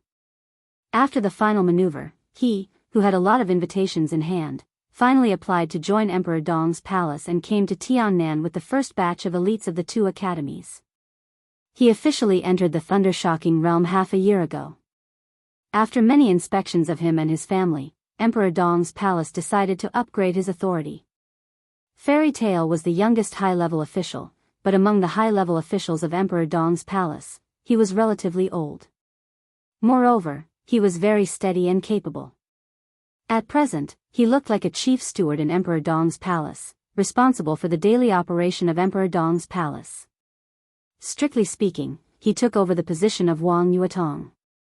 However, Li Tianlan had not returned to Emperor Dong's palace, so now the power distribution inside Emperor Dong's palace was vague. Fairy tale did not have a clear position. Not only him, but even Li Badian did not have a clear position.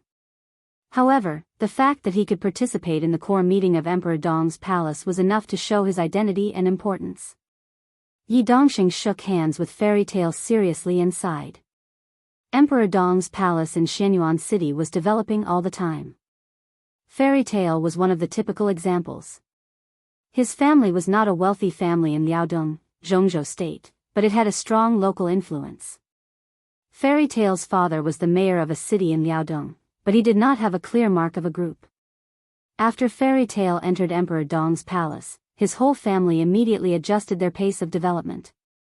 The whole Tong family was absolutely in line with Bai Qingqian, the speaker of Liaodong. At present, Fairy tale's father had been recommended as a member of the provincial government of Liaodong. There were rumors that he would be elected as the mayor of the capital of Liaodong, and his rank had reached the level of deputy governor. Although the level of deputy governor was not very high, after Bai Qingqian left Liaodong, Fairy tale's father would definitely take on more important positions. There was no doubt that the whole Tong family would become Li Tianlan's power in the future. They might even become the spokesperson of Li Tianlan's new group in Liaodong. There were many people like the Tong family.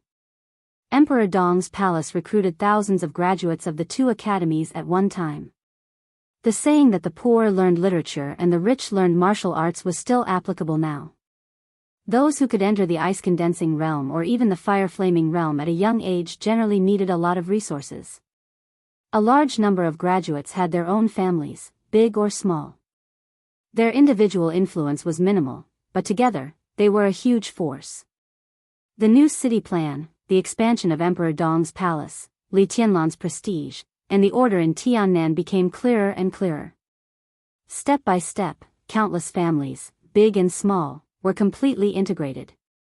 Countless families approached Emperor Dong's palace with the help of their families who worked there. These small and medium-sized forces, which were originally looked down upon by other big forces, were like fish in water under the influence of Emperor Dong's palace. Emperor Dong's palace was also expanding its influence in various regions of Zhongzhou State with the help of these small and medium-sized families. This win-win situation could not be destroyed.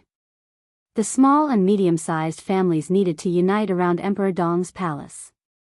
Emperor Dong's palace also needed this kind of unity to further strengthen itself. Emperor Dong's palace spread its tentacles to countless places in Jianghu state with the help of these small and medium-sized families. These tentacles might be very weak, but the huge shadow of the giant group had covered them. Countless follow-up personnel were constantly adjusted and resources were redistributed. This was a situation that a rising superpower would inevitably encounter in the process of its rise. Fairy tales were a typical example. A young force like Emperor Dong's palace was filled with young people everywhere. No one could say for sure if the unknown young man and the unknown family behind him would eventually reach the real peak and become the main component of a super force. Most importantly, next year, this year's graduates of the two academies would graduate again. Emperor Dong's palace and Xianyuan city, which were just starting to be vigorous, were the forces that many students wanted to join. In this sensitive period, if everything went well, Li Tianlan's position in Jianghu state would become more important. If there were no accidents, most of this year's graduates and valuable elites would be recruited by Emperor Dong's palace. This kind of explosive development was enough to make everyone tremble in fear. Yi Dongxing walked into the castle thoughtfully. The inside of the castle was huge and magnificent. The castle had 6 floors and thousands of rooms. The main body of Emperor Dong's palace was running effectively inside. Yi Dongxing quietly watched the people coming and going in front of him. He could even clearly feel the rigor and efficiency. That's it for now. The follow-up needs a lot of improvement. It looks a little messy. Sorry to embarrass myself in front of you, Commander Yi. Ning Qianxing said with a smile. There was some pride in his eyes. Today, he could be said to be the most popular mayor in the whole Jianghu state. But in his heart, he preferred to regard himself as a member of Emperor Dong's palace. The future of everyone here was related to him, and his future was related to everyone here. Yi Dongxing quietly watched everything in front of him. After a long time, he took a deep breath and said softly, respectable and formidable. Ning Qianxing smiled and said no more. He led the way into the elevator. The elevator went straight to the 6th floor. Outside the door was a large and simple conference room. All the senior members of Emperor Dong's palace who could come were sitting here.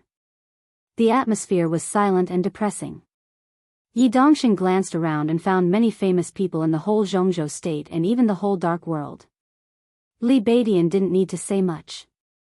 Among the 4 famous swords of Mount Shu, Li Beidian often mocked himself by saying that his great void sword was really weak in the early stage. After entering the thunder-shocking realm, Li Beidian's great void sword intent became more elusive and unpredictable, and his sword energy was treacherous. It could completely match an expert of the half-step invincible realm. Among the young people of Jianghu state, the most dazzling were undoubtedly Li Tianlan and Wang Xingxiao. The second was the low-key and unpredictable Jiang Shangyu. The third was Li Beidian. Gu Hanshan, the young master of Kunlun City, seemed to be completely silent after the maneuver of the two academies. Li Beidian had become a typical example of a latecomer catching up. The potential he showed made everyone look forward to it.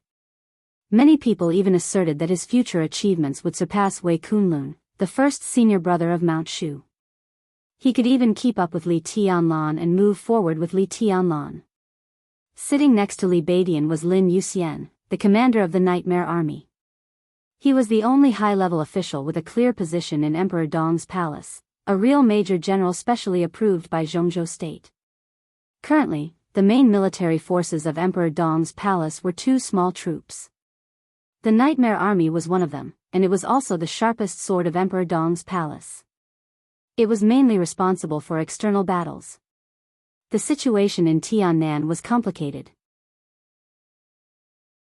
The Burning Legion, the Purgatory of Heaven capital, and various other forces were mixed together, and there was constant friction. The Nightmare Army was the main fighting force. Xianyuan City had been established for more than a year, and now the Nightmare Army, which had less than 2,000 people, had made outstanding military achievements. Few people could be sure of what Lin Yuxian was thinking. According to the rules of the Lin clan, from the moment he entered Emperor Dong's palace, he had withdrawn from the direct line of the Lin clan, given up his identity as the heir, and formed a branch of his own. Yi Dongxing had vaguely heard some rumors. It was said that Lin Youxian's nightmare army was just a starting point, and it was also a team lent to him by Li Tianlan. Li Hong had died, and Li Guangtu was neither close nor distant. Li Tianlan's Emperor Dong's palace was destined to be Emperor Dong's palace. Therefore, the heir of the Lin clan planned to rebuild Zhuanyuantai of Jianghu state with Li Tianlan's full support. Therefore, the cooperation between the two was unbreakable. If this rumor was true, Kunlun City would definitely make an extremely fierce reaction. But Lin Yuxian was also not to be trifled with. Although he rarely fought, many facts had proven that in terms of martial arts, he was even stronger than Li Beidian. If such a figure wanted to rebuild Zhuanyuantai, even if he was so low-key that he almost had no sense of existence, his every move was also a figure that could provoke Kunlun City and even Jianghu state. Beside Lin Yuxian sat a little giant who was mighty but looked very simple and honest. With a height of more than 2 meters, he was majestic and broad, and his every move seemed to carry explosive power. When he saw Yi Dongxing's eyes sweeping over, his thick arm moved as if he wanted to raise his hand to salute, but in the end, he put his arm back. Yi Dongxing narrowed his eyes and smiled without saying anything. This giant was the leader of another army in Xianyuan City. In addition to the Nightmare Army, there was another army in Emperor Dong's palace called the Praetorian Guard. The Nightmare Army was responsible for external combat, and the Praetorian Guard was responsible for internal defense. The commander of the Praetorian Guard was Jade Pool's first disciple, Su Chu, a real powerhouse. Now he was also at the peak of the thunder-shocking realm, but in terms of strength alone, he could completely crush most of the half-step invincible realm experts. In Tiannan, Su Chu was just in charge of defense, but he was also famous for his fighting prowess. Beside Su Chu sat a slender woman. She looked to be in her 30s. She had short hair and was charming and beautiful, but also as sharp as a knife. Sitting beside Su Chu, she looked extremely petite, but her aura seemed to completely suppress Su Chu. Among the several young people in Emperor Dong's palace whose future was worth people's expectations, this might be the only one who had really reached the half-step invincible realm, and was only one step away from the combat capability of the invincible realm. There was a complicated look in Yi Dongxing's eyes. Seeing her might remind him of the biggest traitor of the Wang family of Beihai. Now the woman in front of him was no longer as famous as Wang Xiaoyao, but she could still be regarded as a top expert in Emperor Dong's palace and even in Jianghu state. She was the woman who had refused several invitations from Situ Cangyue and Tribulation. She was the deputy commander of the Praetorian Guard in Emperor Dong's palace, the real leader, and the current eldest daughter of the Bai family in Yuzhou, Bai Yuming. She was the daughter of Bai Qingqiao and the niece of Bai Qingqian. She joined Emperor Dong's palace, which in some ways represented the will of the giant group. It could even be said that she was the representative of the giant group here. Ning Qianxing sat down next to Bai Yuming, a very casual position. In such a big office, without Li Tianlan, there was no such thing as a seat of honor. Next to Ning Qianxing was the sacred guard of the Li family in Li Honghe's era, Yu Donglai, the famous doctor of poison in the Dark World decades ago. The old master was completely in a state of retirement in Xianyuan City. Even in high-level meetings, he could come and go as he pleased. In recent years, his condition had deteriorated severely. Now he was completely out of the thunder-shocking realm and could barely exert the strength of the fire-flaming realm. His spirit was not very good, but since he was called the Doctor of Poison, as long as he was alive and sober, everyone would be afraid of his existence. There was no one around Yu Donglai. 3 or 5 seats away, at the end of a whole row of young people, Du Hanin was sitting there alone, silent and looking a little lonely. Now she could be said to be the real first assassin in Emperor Dong's palace. In terms of lethality, she might not be as good as Bai Yuming, but in terms of speed, her destroyed and mutated wind vein gave her an unparalleled advantage. She was a member of Emperor Dong's palace, and also a member of Sai City, or it could be said that she was the representative of Sai City in Emperor Dong's palace. Yi Dongxing had learned about Du Hanin's past.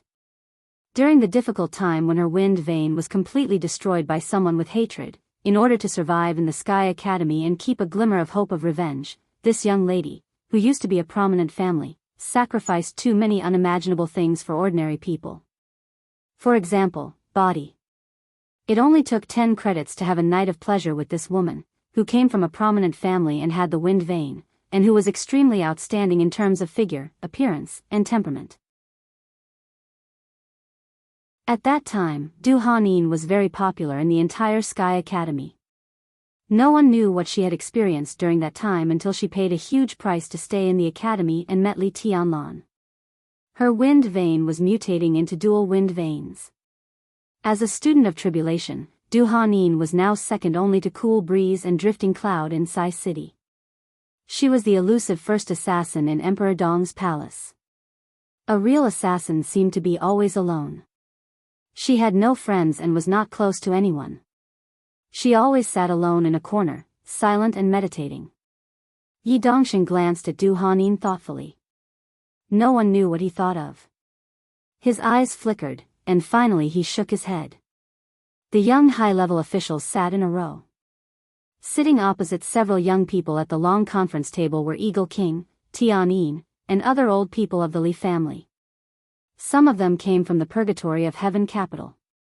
It was a betrayal, but a return. This group of old people only recognized Li Honghe. After Li Honghe died, they only recognized Li Tianlan. It could be said that they were absolutely loyal. Compared with the young people, they were more experienced and steadier, and could cope with all kinds of situations more calmly. The replacement of the old and the new formed the high-level structure of Emperor Dong's palace today. Yi Dongxing saw everything clearly. Although he already had the information of these people in his mind, after seeing them with his own eyes, he could not help but feel a little scared. Lin Yuxian, Li Beidian, Su Chu, Bai Yuming, Ning Qiansheng, Du Hanin. What a luxurious lineup.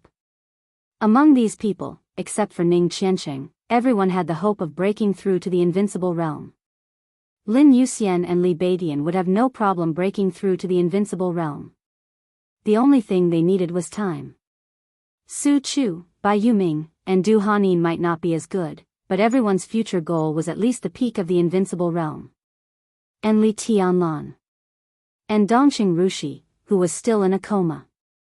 If Tribulation, who was seriously injured, and Situt Songyue, Yi Dongxing's mouth could not help but twitch.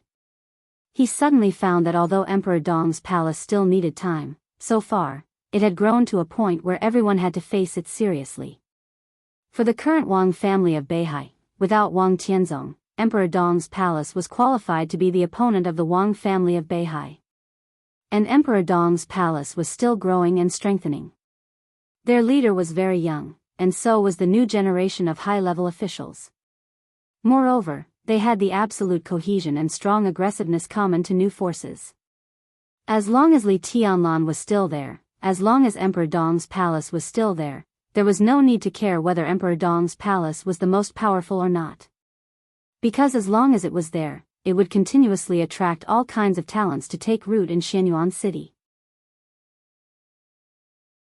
The new city plan of Emperor Dong's palace would include the entire Xianyuan City and turn Tiannan into a province with it as the core.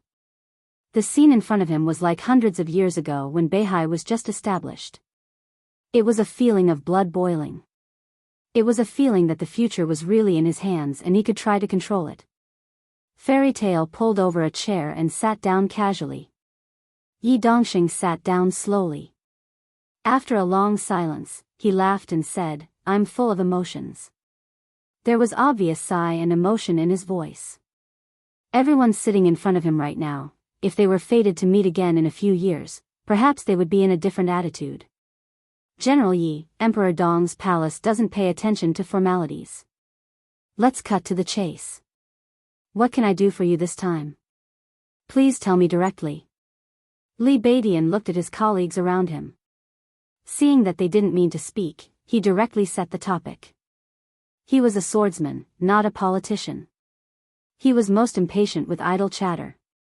In fact, the whole atmosphere of Emperor Dong's palace and Xianyuan City was like this. Even Ning Qiansheng, who was in politics, was straightforward in his words and actions. He would not talk nonsense if he could. Yi Dongxing took a deep look at him, nodded, and said, Well, now you should know about the planned termination, right? There was a moment of silence in the conference room. Everyone subconsciously narrowed their eyes. Li Baitian's eyes were a little cold. The planned termination. This was the news he just got after talking to Dongxing Wudi on the phone. He didn't expect the game to be so fierce now. Tens of thousands of troops had begun to blockade the desert prison. This was completely escalating the game into a war. Chen Fangqing was really desperate. Li Baidian didn't know if this was stupid, but he was sure that what Chen Fangqing was doing now was absolutely unwise. If Chen Fangqing were to lose, one could imagine what would happen to him. Even if he were to succeed, it would not be a good thing for Chen Fangqing personally. His term in office was coming to an end. After he retired, it would be difficult for him to maintain a strong influence after this incident. No one was willing to be too close to such a crazy prime minister, even though his craziness was not really selfish. Yi Dongsheng looked at the silent crowd quietly. After a moment of silence, he said softly, "I want to know your attitude." At this time, he didn't have much practical purpose in coming to Tiannan. His main purpose was to demonstrate, not to Xianyuan City, but to the parliament. The exposure of the planned termination was bound to make the relationship between Emperor Dong's palace and Mount Dibing closer. At this time, Yi Dongsheng came to Tiannan to formally cooperate with Emperor Dong's palace. The news spread to the parliament. The parliament couldn't be without pressure. In this way, Chen Fangqing might get less support. After all, even if he sent troops to blockade the desert prison, the others in Emperor Dong's palace were not dead. "What do you think, General Yi?" Bai Yuming suddenly asked. Yi Dongsheng was stunned. He looked at Bai Yuming and said slowly, "The war is coming." Bai Yuming narrowed her eyes. Before she spoke, Yi Dongsheng continued, "The Prime Minister has ordered the Beijiang army to blockade the desert prison. If I'm not wrong, the special envoy of the parliament should be on his way to Xianyuan City. Is this a threat?" Ning Qianqing raised his eyebrows. "What else?" Yi Dongsheng said blandly, "The Prime Minister's plan is crazy and bold, but it is really effective. They have blocked the prison. In a short time, it is difficult for us to contact His Highness. The Prime Minister not only wants to prevent His Highness from knowing about the planned termination, but also to warn Emperor Dong's palace. Now that His Highness is blocked by the army, if Emperor Dong's palace wants to cooperate with Beihai, it will be an enemy. When the war breaks out, they will not show mercy to the enemy. Emperor Dong's palace and Emperor Dong's palace will be sacrificed. This is probably what the special envoy means. If you continue to cooperate with Beihai, they will not guarantee the safety of Emperor Dong's palace, Xianyuan City, and His Highness." A strange look flashed across Li Baitian's eyes. He chuckled and said, "General Yi, you are more like the special envoy of the parliament now." Haha. Yi Dongsheng laughed. "Anyway, it's just a set of words. I just want to know the attitude of Emperor Dong's palace. I have told you the special envoy's threat. Do you have any concerns? You should ask if Zhongzhou State has any concerns." Eagle King's old voice rang out. "Does he dare to destroy Emperor Dong's palace and young master?" "He doesn't dare." Yi Dongsheng said with certainty, "Even if he dares, he can't do it." Su Chu scratched his big head and said in a muffled voice, "What did Minister Dongqing say?" He was not asking Yi Dongsheng, but Li Baidian. Li Baidian hesitated and shook his head. "The minister just informed me of the planned termination and the blockade of the Beijiang army. He said nothing else." Everyone was stunned. There were many meanings of nothing. Or it could mean nothing at all. Was it because Dongqing Wudi was not sure about the current situation? Or it was because Dongqing Wudi could not make a decision for Emperor Dong's palace? Did the Wang family of Beihai do anything? Li Baidian suddenly asked. Yuetong is Xingxiao's sister and one of the core members of Beihai. Although she has some conflicts with her family now, this identity will not change. Whoever attacks the core members of Beihai must be prepared for Beihai's revenge. This is Beihai's bottom line. No one can touch it. Beihai will not compromise, and it is impossible to compromise.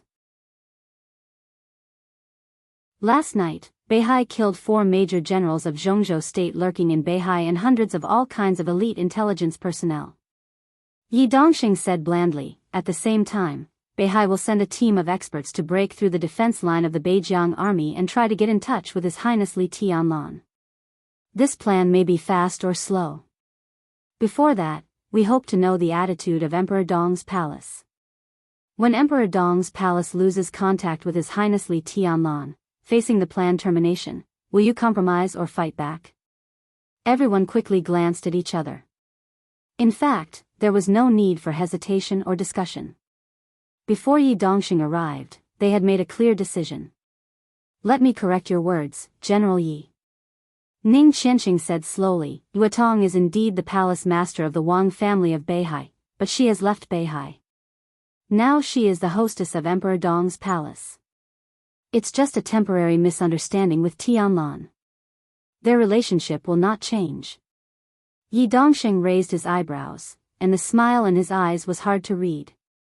Even if Emperor Dong's palace loses contact with Tianlan temporarily, Emperor Dong's palace is still Tianlan's palace. The hostess of Emperor Dong's palace is the target of planned termination. If we don't fight back but retreat, what's the point of Emperor Dong's palace? Ning Qianxing continued. So, Yi Dongxing smiled and was satisfied. Mayor Ning, what do you mean? I will go to Beihai right away. Ning Qianxing did not speak. Du Hanin's cold voice sounded directly. She stood up from her seat, and her exquisite figure looked very proud under the light. The first batch of elites of Emperor Dong's palace will arrive in Beihai this evening. We need a camp. Yi Dongxing was stunned for a while, then nodded and said with a smile, no problem. His body relaxed, and he looked very relaxed. General Yi, you just said you wanted to say 2 things? Ning Qianxing glanced at Du Hanin, then turned to look at Yi Dongxing. Yi Dongxing nodded. Second, His Highness was imprisoned in the desert prison because of Qi Mulan. Whether Qi Mulan committed treason has not been confirmed for a long time. The task force is already investigating. We will use all means to provide evidence of Qi Mulan's treason. In this way, His Highness will be innocent, and the Prime Minister's imprisonment of His Highness will be even more unreasonable. You, Li Beidian frowned. Yi Dongxing said this sentence very calmly. However, he smelled a hint of true danger from it. I've already said it. We're going to fight back. Yi Dongxing said lightly. Li Beidian was slightly shocked and said softly, you have a big plan. We are just cooperating with each other for mutual benefit. If this plan succeeds, you will also gain a lot. Yi Dongxing said, what's your attitude in the desert? I'll go there. Tian Yin, who had been sitting next to Eagle King, said slowly. He returned to Emperor Dong's palace from the Purgatory of Heaven capital as soon as Shenyuan city was established. Purgatory of Heaven capital. Emperor Dong's palace. It was no longer the Li family. But the young master of the Li family, who deserved his loyalty, was still there. I can go there. Tian Yin said slowly, if I can succeed, it will be the best. If I fail, after all, I came from the Purgatory of Heaven capital. You can also put the blame on the Purgatory of Heaven capital. Zhongzhou state won't believe it, but at least there will be a buffer. Chen Fangqing sealed the prison, which is equivalent to imprisoning Tianlan. When he did this, he didn't take Emperor Dong's palace seriously at all. Now we don't need any leeway. Lin Yuxian, who had been silent, suddenly said with a blank expression.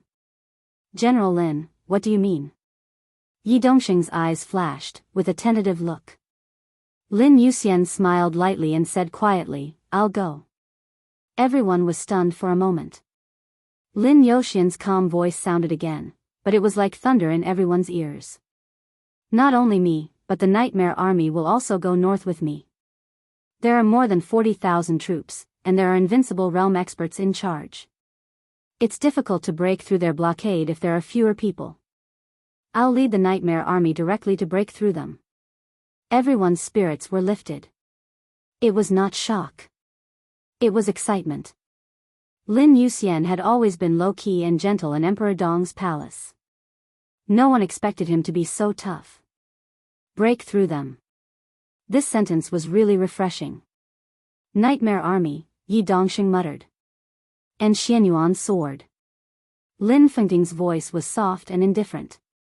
When he mentioned Xianyuan's sword, he sounded like he was talking about an ordinary army instead of the ultimate army of the Lin clan. Don't forget, in addition to Chen Fangqing sealing Tianlan, the patriarch of the Lin clan is still with Tianlan. I'm a branch of the Lin clan. When I learned that the patriarch was trapped, I went to pick him up. Isn't it reasonable? Lin Yuxian said softly, I just don't know if the prime minister is ready to be the enemy of the Lin clan. He gently knocked on the conference table and looked at Chen Fangqing. Arrange for the Nightmare army and Xianyuan's sword to enter the country. Is there a problem? When? Yi Dongxing asked directly. Lin Yuxian yawned and said lightly, let's do it tonight.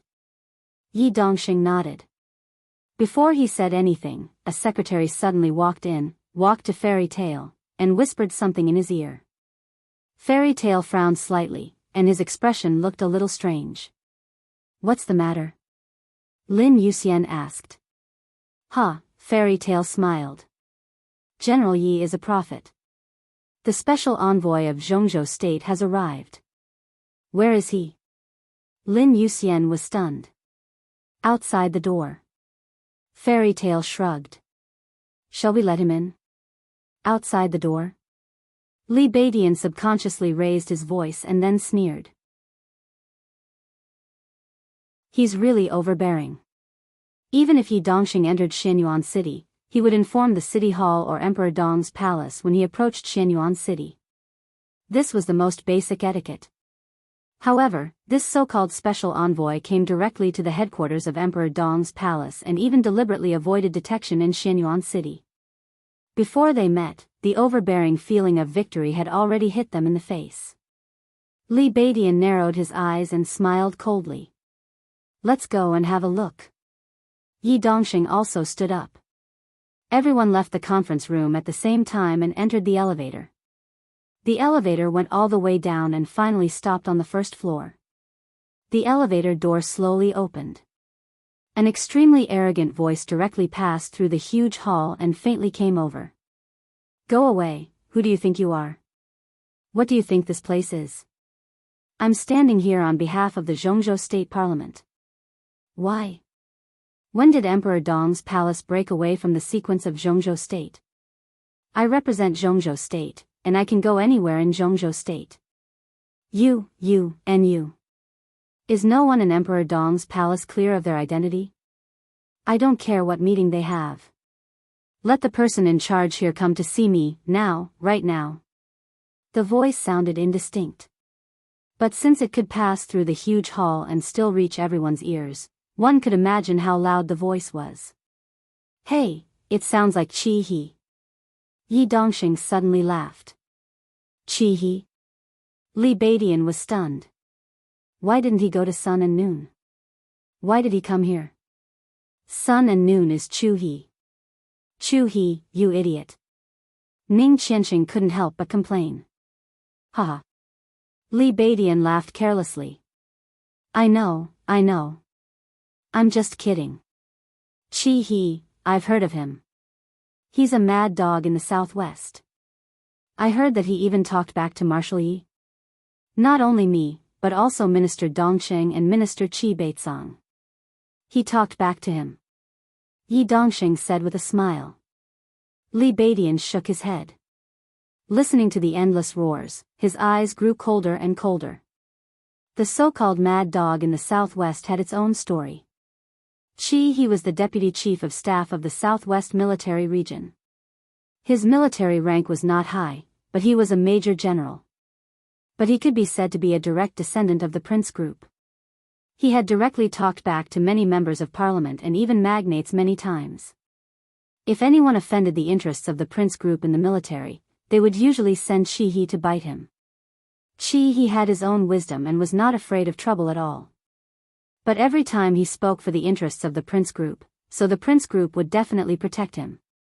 With his character, it was impossible for him to be promoted, but he could keep this position for a lifetime.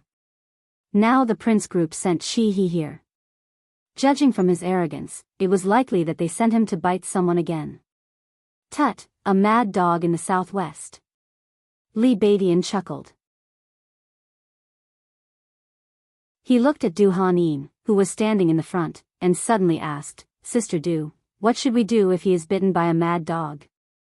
Of course, hit him back. Du Hanyin said without hesitation. Hit him back. Well, hit him back. Oh, hit him back, Li Badian muttered to himself as he walked forward. Is it too easy for him? Tut, too easy for him. In the hall, Qi He's roar grew louder and louder, as if he wanted to flip the ceiling of the castle. In the dense sound of footsteps, Li Badian and the others came directly to Qi He. Qi He was stunned. His eyes rolled and flickered. Finally, he stopped roaring. He must have remembered his duty here. Are you looking for the person in charge of Emperor Dong's palace? Li Badian tilted his head. Qi He narrowed his eyes and asked rudely, Are you the person? No, I'm not. Li Badian laughed. The real person in charge is in the desert. As for here, each of us can be regarded as the person in charge. What do you want to say? Don't be so cheeky. Qi He's face darkened and said coldly, I know who your person in charge is. This time I'm here to talk to you about this matter.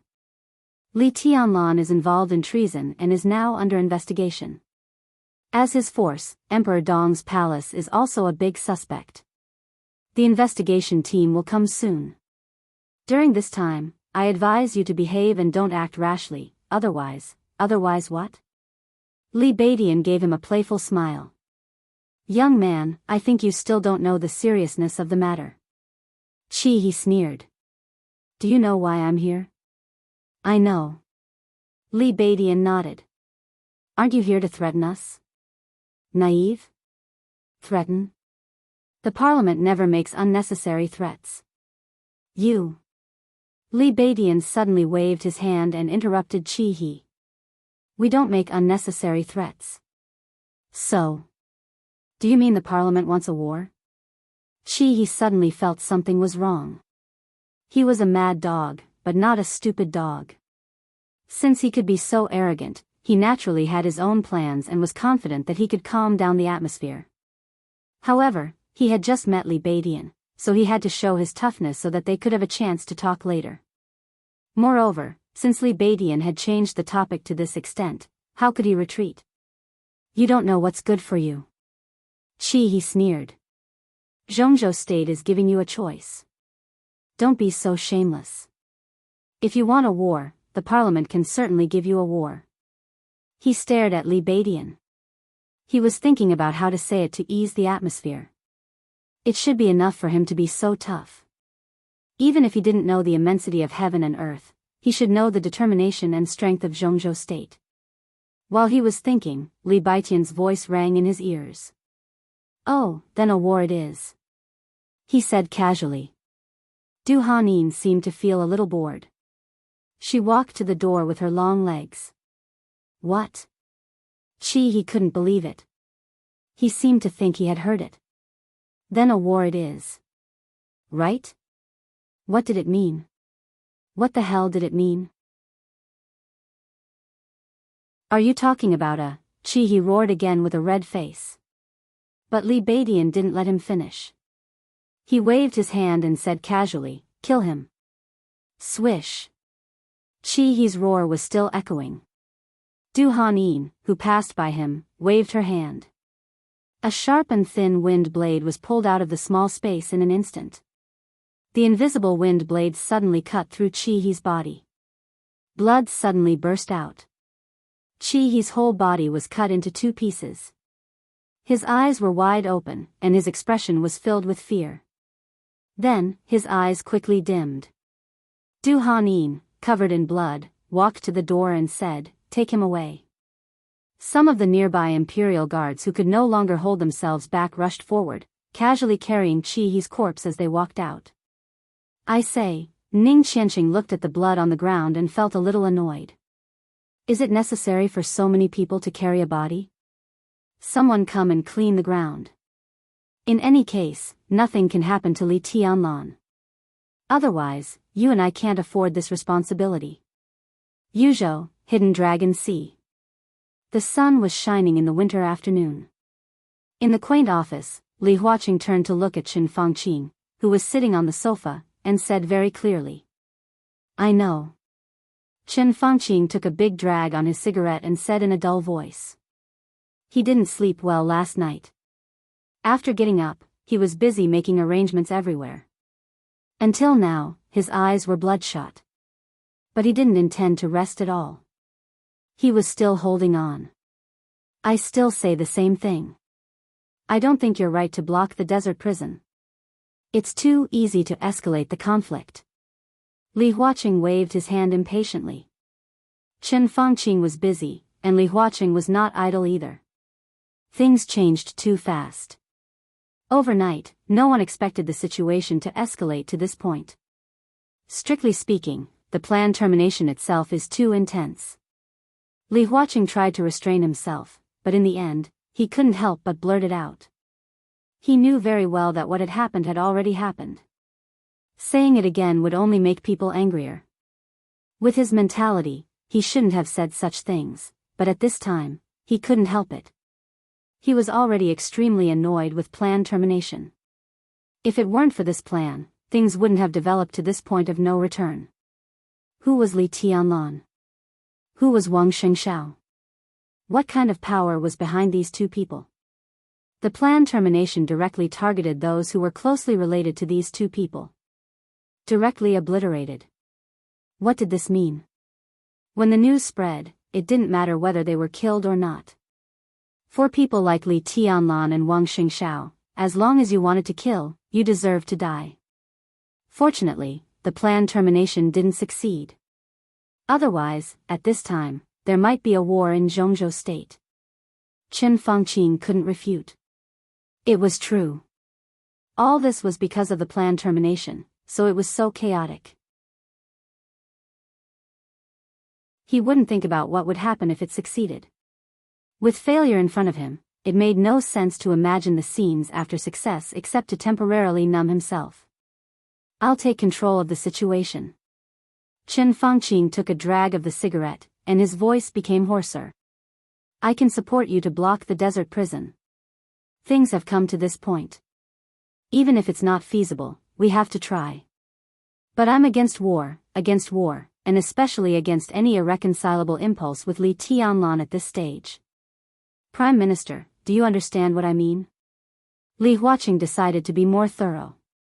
Chen Fangqing raised his head and looked at Li Huaqing. His eyes were extremely serious. Li Huaqing was also looking at him. His eyes were also extremely serious. What do you mean?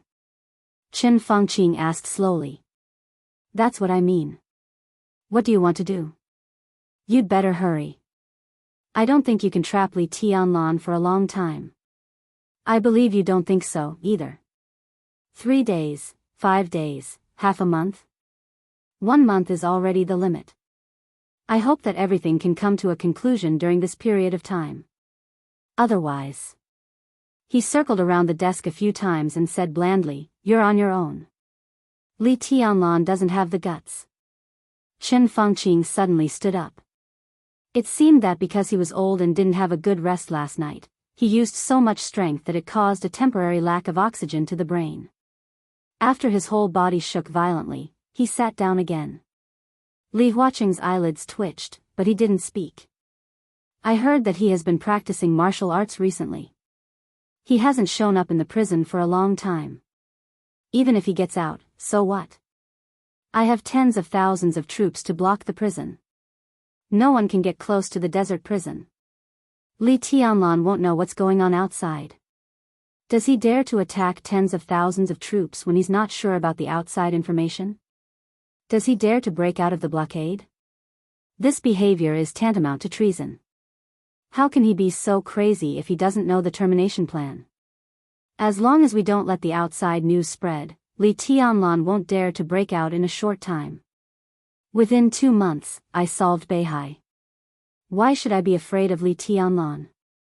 Anyway, Wang Yuetong is not dead. If Beihai is not dead, why should I kill Wang Yuetong? At worst, I'll find Wang Yuetong and ask Li Tianlan for punishment.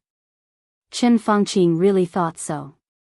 He didn't expect to trap Li Tianlan for too long. All his hopes were focused on eliminating the threat of Beihai as soon as possible. As long as Beihai was no longer a threat, Li Tianlan could always find a way to appease it. The most important thing was that Wang Yuetong was not dead. His killing intent might provoke Li Tianlan's hostility, but as long as Wang Yuetong was not really dead, things could still reach a relatively fragile balance. In this way, he would get rid of a tumor for Jianghu state, which was a great contribution. What you said is very reasonable. My bottom line is that we can't go to war. Prime Minister, I'm very disappointed with plan termination. He has ruined many of our plans. I can't change that, but I can tell you my bottom line. You'd better grasp the extent of the blockade in Beijing. When Li Tianlan steps out of the desert prison, or when someone breaks through the blockade of the desert, we'll cooperate with each other. Otherwise, our cooperation will end here. He spoke slowly and heavily. This paragraph directly explained everything thoroughly. Chen Fengqing suddenly raised his head. There was anger, viciousness, and madness in his eyes. All previous efforts in vain? Failure on the verge of success? I can't joke about the future of Jianghu State or the academics. Li Huaqing suddenly threw a stack of documents on his desk. I have to maintain a stable situation. All games must be played on the bottom line of stability. I have never thought of war. Yes, we can win, but so what if we win? Once this balance is broken, it will bring disaster to Jianghu State. All of it, damn it, disaster. Your plan termination exists to break this balance. It's so stupid. If it weren't for the fact that we can't change this situation, our cooperation would have ended by now. He took a deep breath and lit a cigarette.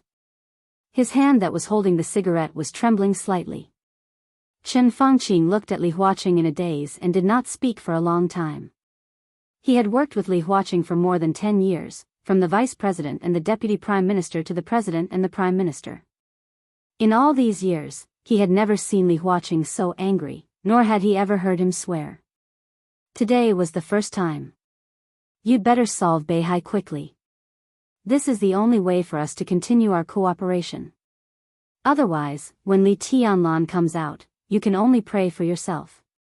Li Huaqing walked to the desk and sat in the chair. He lay on his back with one hand covering his eyes and the other holding a cigarette. In the smoke, he was silent for a long time before he said faintly, "I'm tired." Chen Fengqing took a deep breath, turned around, and strode out of Li Huaqing's office. The sun spread freely in the hidden Dragon Sea. It was soft and fresh. But the cold of winter was everywhere.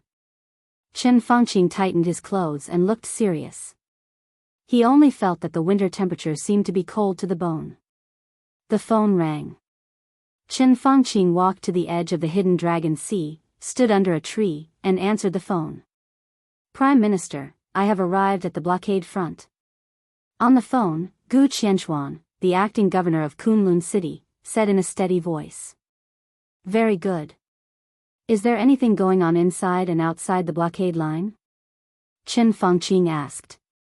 "Not yet." Gu Qianxuan smiled and said calmly, "The prison probably doesn't know the specific situation. They should be discussing countermeasures. It seems that Li Tianlan's closed-door training is correct. The prison is very quiet at present. As for outside the prison, neither Beihai nor Emperor Dong's palace can come here in such a short time. It seems that today's blockade should be relatively successful." Chen Fengqing said, and did not speak again. Gu Qianxuan did not speak again. They were silent. Across the phone line, the atmosphere seemed to suddenly become a little awkward. Chen Fengqing naturally knew why. The Prince Group and the newly emerged Special Warfare Group had always been the best buddies. Even from another perspective, when the Li family collapsed and the southeast groups suffered a great loss, Gu Xingyun took over, and the Special Warfare Group was completely a large group promoted by the Prince Group. However, over the years, the two sides naturally had differences. Gu Xingyun's position was getting more and more stable. Of course, he had his own interests and was unwilling to be a follower of the Prince Group. The relationship between the two sides was gradually drifting apart. But anyway, the cooperation between the two sides was generally pleasant. Some local conflicts did not affect the overall situation at all. When Chen Fangqing faced Gu Xingyun and Gu Qianquan, he could be natural. But after he and Li Huaqing went to the desert, the relationship between the two sides seemed to have completely changed. There was no impenetrable wall. They wanted to use the entire Kunlun city to exchange for Li Tianlan's loyalty. This kind of news could not be concealed. Chen Fangqing could understand their resentment, but he could not explain this kind of thing at all. Instead, the more he explained, the worse it would be. Now it seemed that he could only use this action to make up for the relationship with Kunlun City. After it was hopeless to win over Li Tianlan, Kunlun City suddenly became important in Chen Fangqing's eyes. Their rise was very short, their foundation was a little weak, their strength was a little weak, and their martial arts inheritance was not the best. But anyway, the two invincible realm experts in Kunlun City were real. The Special Warfare Group could be one of the 6 group, and even vaguely ranked ahead of the North Group. Naturally, it had enough strength to be worth winning over. Qianquan, you have to work hard during this time. Remember, in any case, the desert must be completely blocked. The people inside can't come out, and the people outside can't go in. It must be completely blocked. Chen Fangqing said in a deep voice. Gu Qianquan said faintly, it shouldn't be a big problem, but you should pay more attention to some people in the country. Who? Chen Fangqing frowned. Hidden God, Saint. Gu Qianquan said faintly. Hidden God Situ Sanyue of Jianghu State, Saint Wei Kunlun of Mount Shu. Both of them would stand by Li Tianlan without any consideration. Li Tianlan was the palace master of Emperor Dong's palace and the young governor of Sai City, while Wei Kunlun was the deputy palace master of Emperor Dong's palace. These two invincible realm experts were now injured, but they could still exert a certain combat effectiveness, especially Situ Sanyue, who was on the divine list. Even if Gu Qianquan had made great progress in recent years, he felt that he was unlikely to be Situ Sanyue's opponent without using his trump card. I'll talk to them. Chen Fangqing rubbed his scalp and said slowly, both Situ Sanyue and Wei Kunlun have things they can't let go of. Jianghu State should be able to restrain their actions. Prime Minister, what I want is not, should. Gu Qianquan smiled faintly. Chen Fangqing snorted and suddenly said, your realm should have stabilized now. Qianquan, I need to know your specific strength. Gu Qianquan was silent for a long time. Before the chaos in Eastern Europe, among the population of 1.6 billion in Jianghu State, there were 5 invincible realm experts. They were Wang Tianzong, Tribulation, Gu Xingyun, Situ Sanyue, and Gu Qianquan. Being able to enter the invincible realm was enough to show Gu Qianquan's talent and luck. However, his potential was almost exhausted when he broke through to the invincible realm.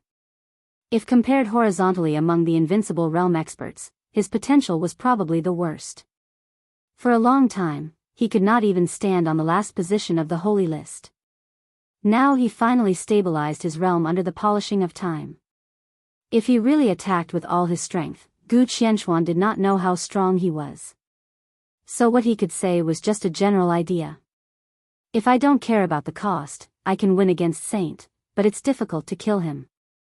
If he is seriously injured, so will I, facing Situ Sanyue, I'm no match for that woman. But with so many troops to help me, it's not a problem for me to stop her. If the worst happens and 2 invincible realm experts break through here together, unless you allow me to kill one of them, things will be very troublesome. Kill one of them? Chen Fangqing was a little stunned. I can kill one of them. At worst, I can make one of them lose all combat power in an instant and be seriously injured and dying. Gu Qianchuan said silently, the Prime Minister seems to have forgotten that Setting Sun is currently in my hands. Setting Sun, one of the 12 murderous weapons. It was originally the core trump card of Sai City.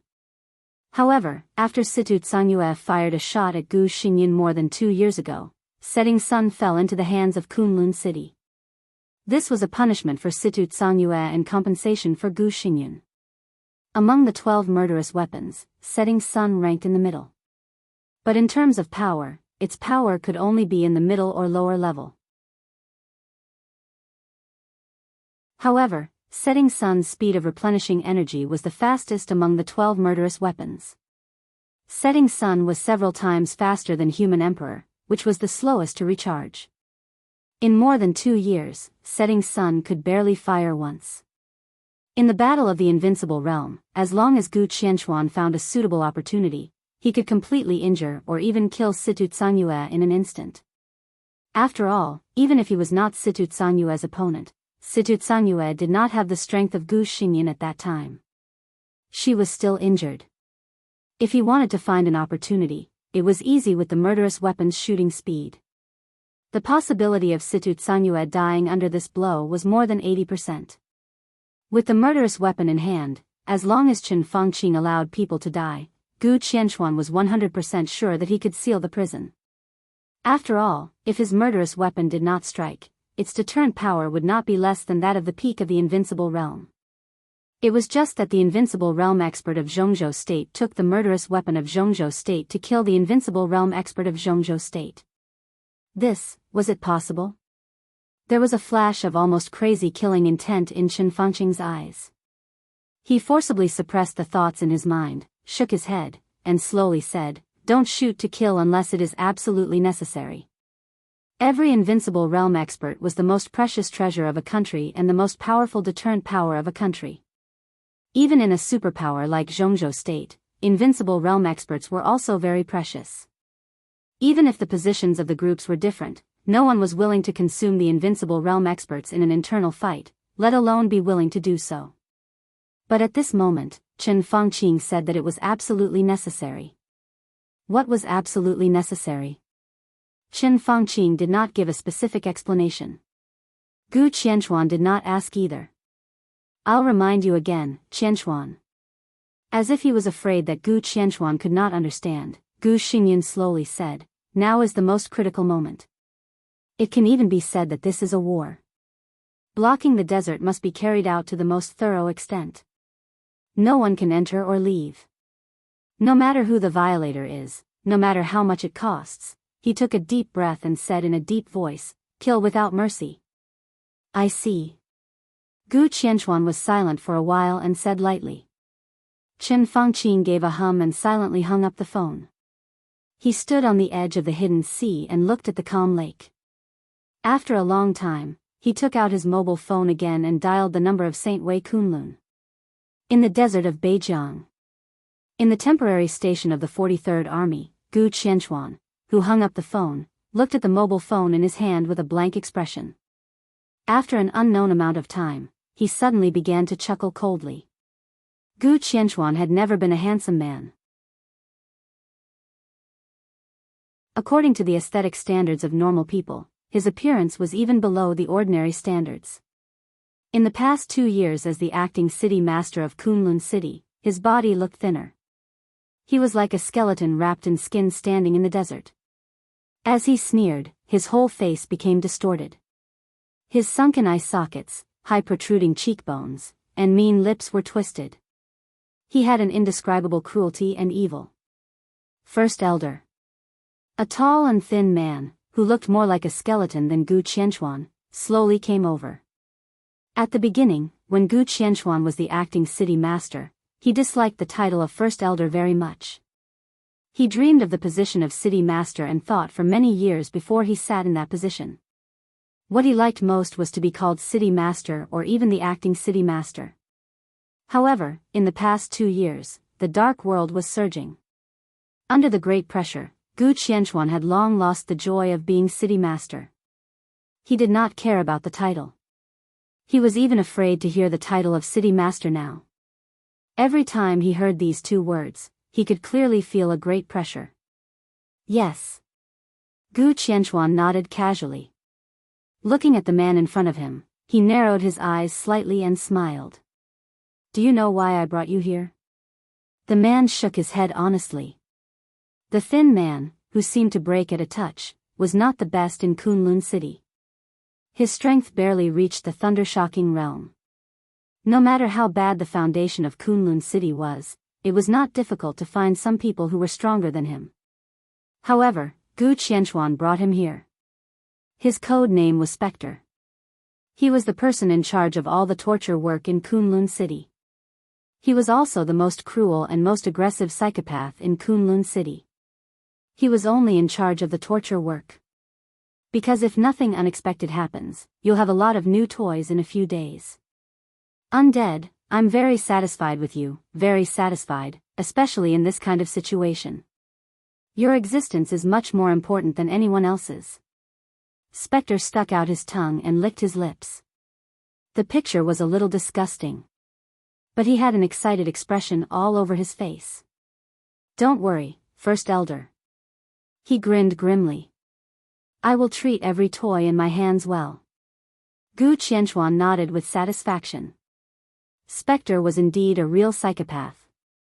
His torture technique was enough to make people feel what was despair and worse than death. And this was exactly what Gu Qianquan needed. Let's wait and see who will rush out first. Will it be inside or outside? He narrowed his eyes and sat at the door of the desert tent. He was silent, like a fisherman with super patience. It's better for some big shots to come. Gu Qianquan muttered to himself like a madman or a psychopath. I heard that Qin Weibai is also here. If she comes, well, there is no one here.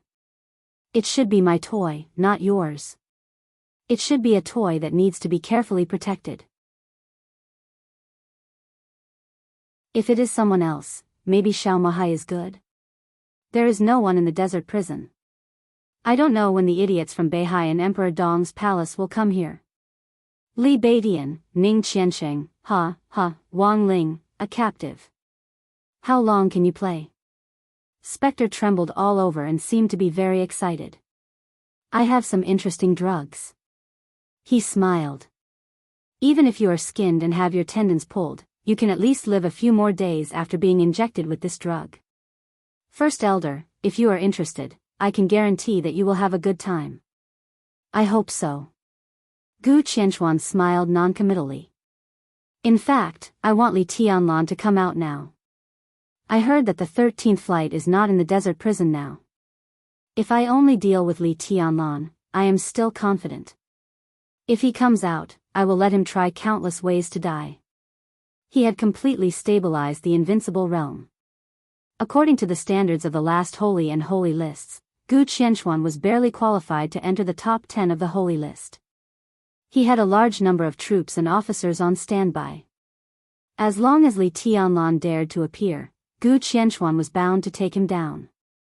At that time, the blockade of the entire desert prison would be completely over. Even if Li Tianlan had made great progress in the past year or so, so what? With the murderous weapon in hand, he was not afraid of anything. Moreover, Gu Qianquan always felt that this spear was not as perfect as Li Tianlan, whether it was used on Situ Cangyue or holy disciple Wei Kunlun. It was far inferior. The possibility of this happening was not high, but under such circumstances, there was still hope to capture several important figures from Emperor Dong's palace and Beihai alive. Gu Qianquan had made up his mind. No matter who it was, he would let Spectre use the cruelest means to slowly torture them to death. He would skin them and pull out their tendons, hang their bodies on the flag of Zhongzhou state. Gu Qianquan did not care about the so-called anger and hatred at all. He only knew that he came to the desert this time because of Chen Fengqing's order. Emperor Dong's palace and Beihai hated him as much as they hated the prince group. In this way, the two sides would be firmly tied together. At least in the plan of the prince group, there was no possibility of letting Li Tianlan replace Kunlun City. 20,000 words should be the longest chapter since I started a book or even wrote a book. You're tuning in to the Carefree Valley YouTube channel. Don't forget to subscribe and join us on this journey to catch the most captivating stories.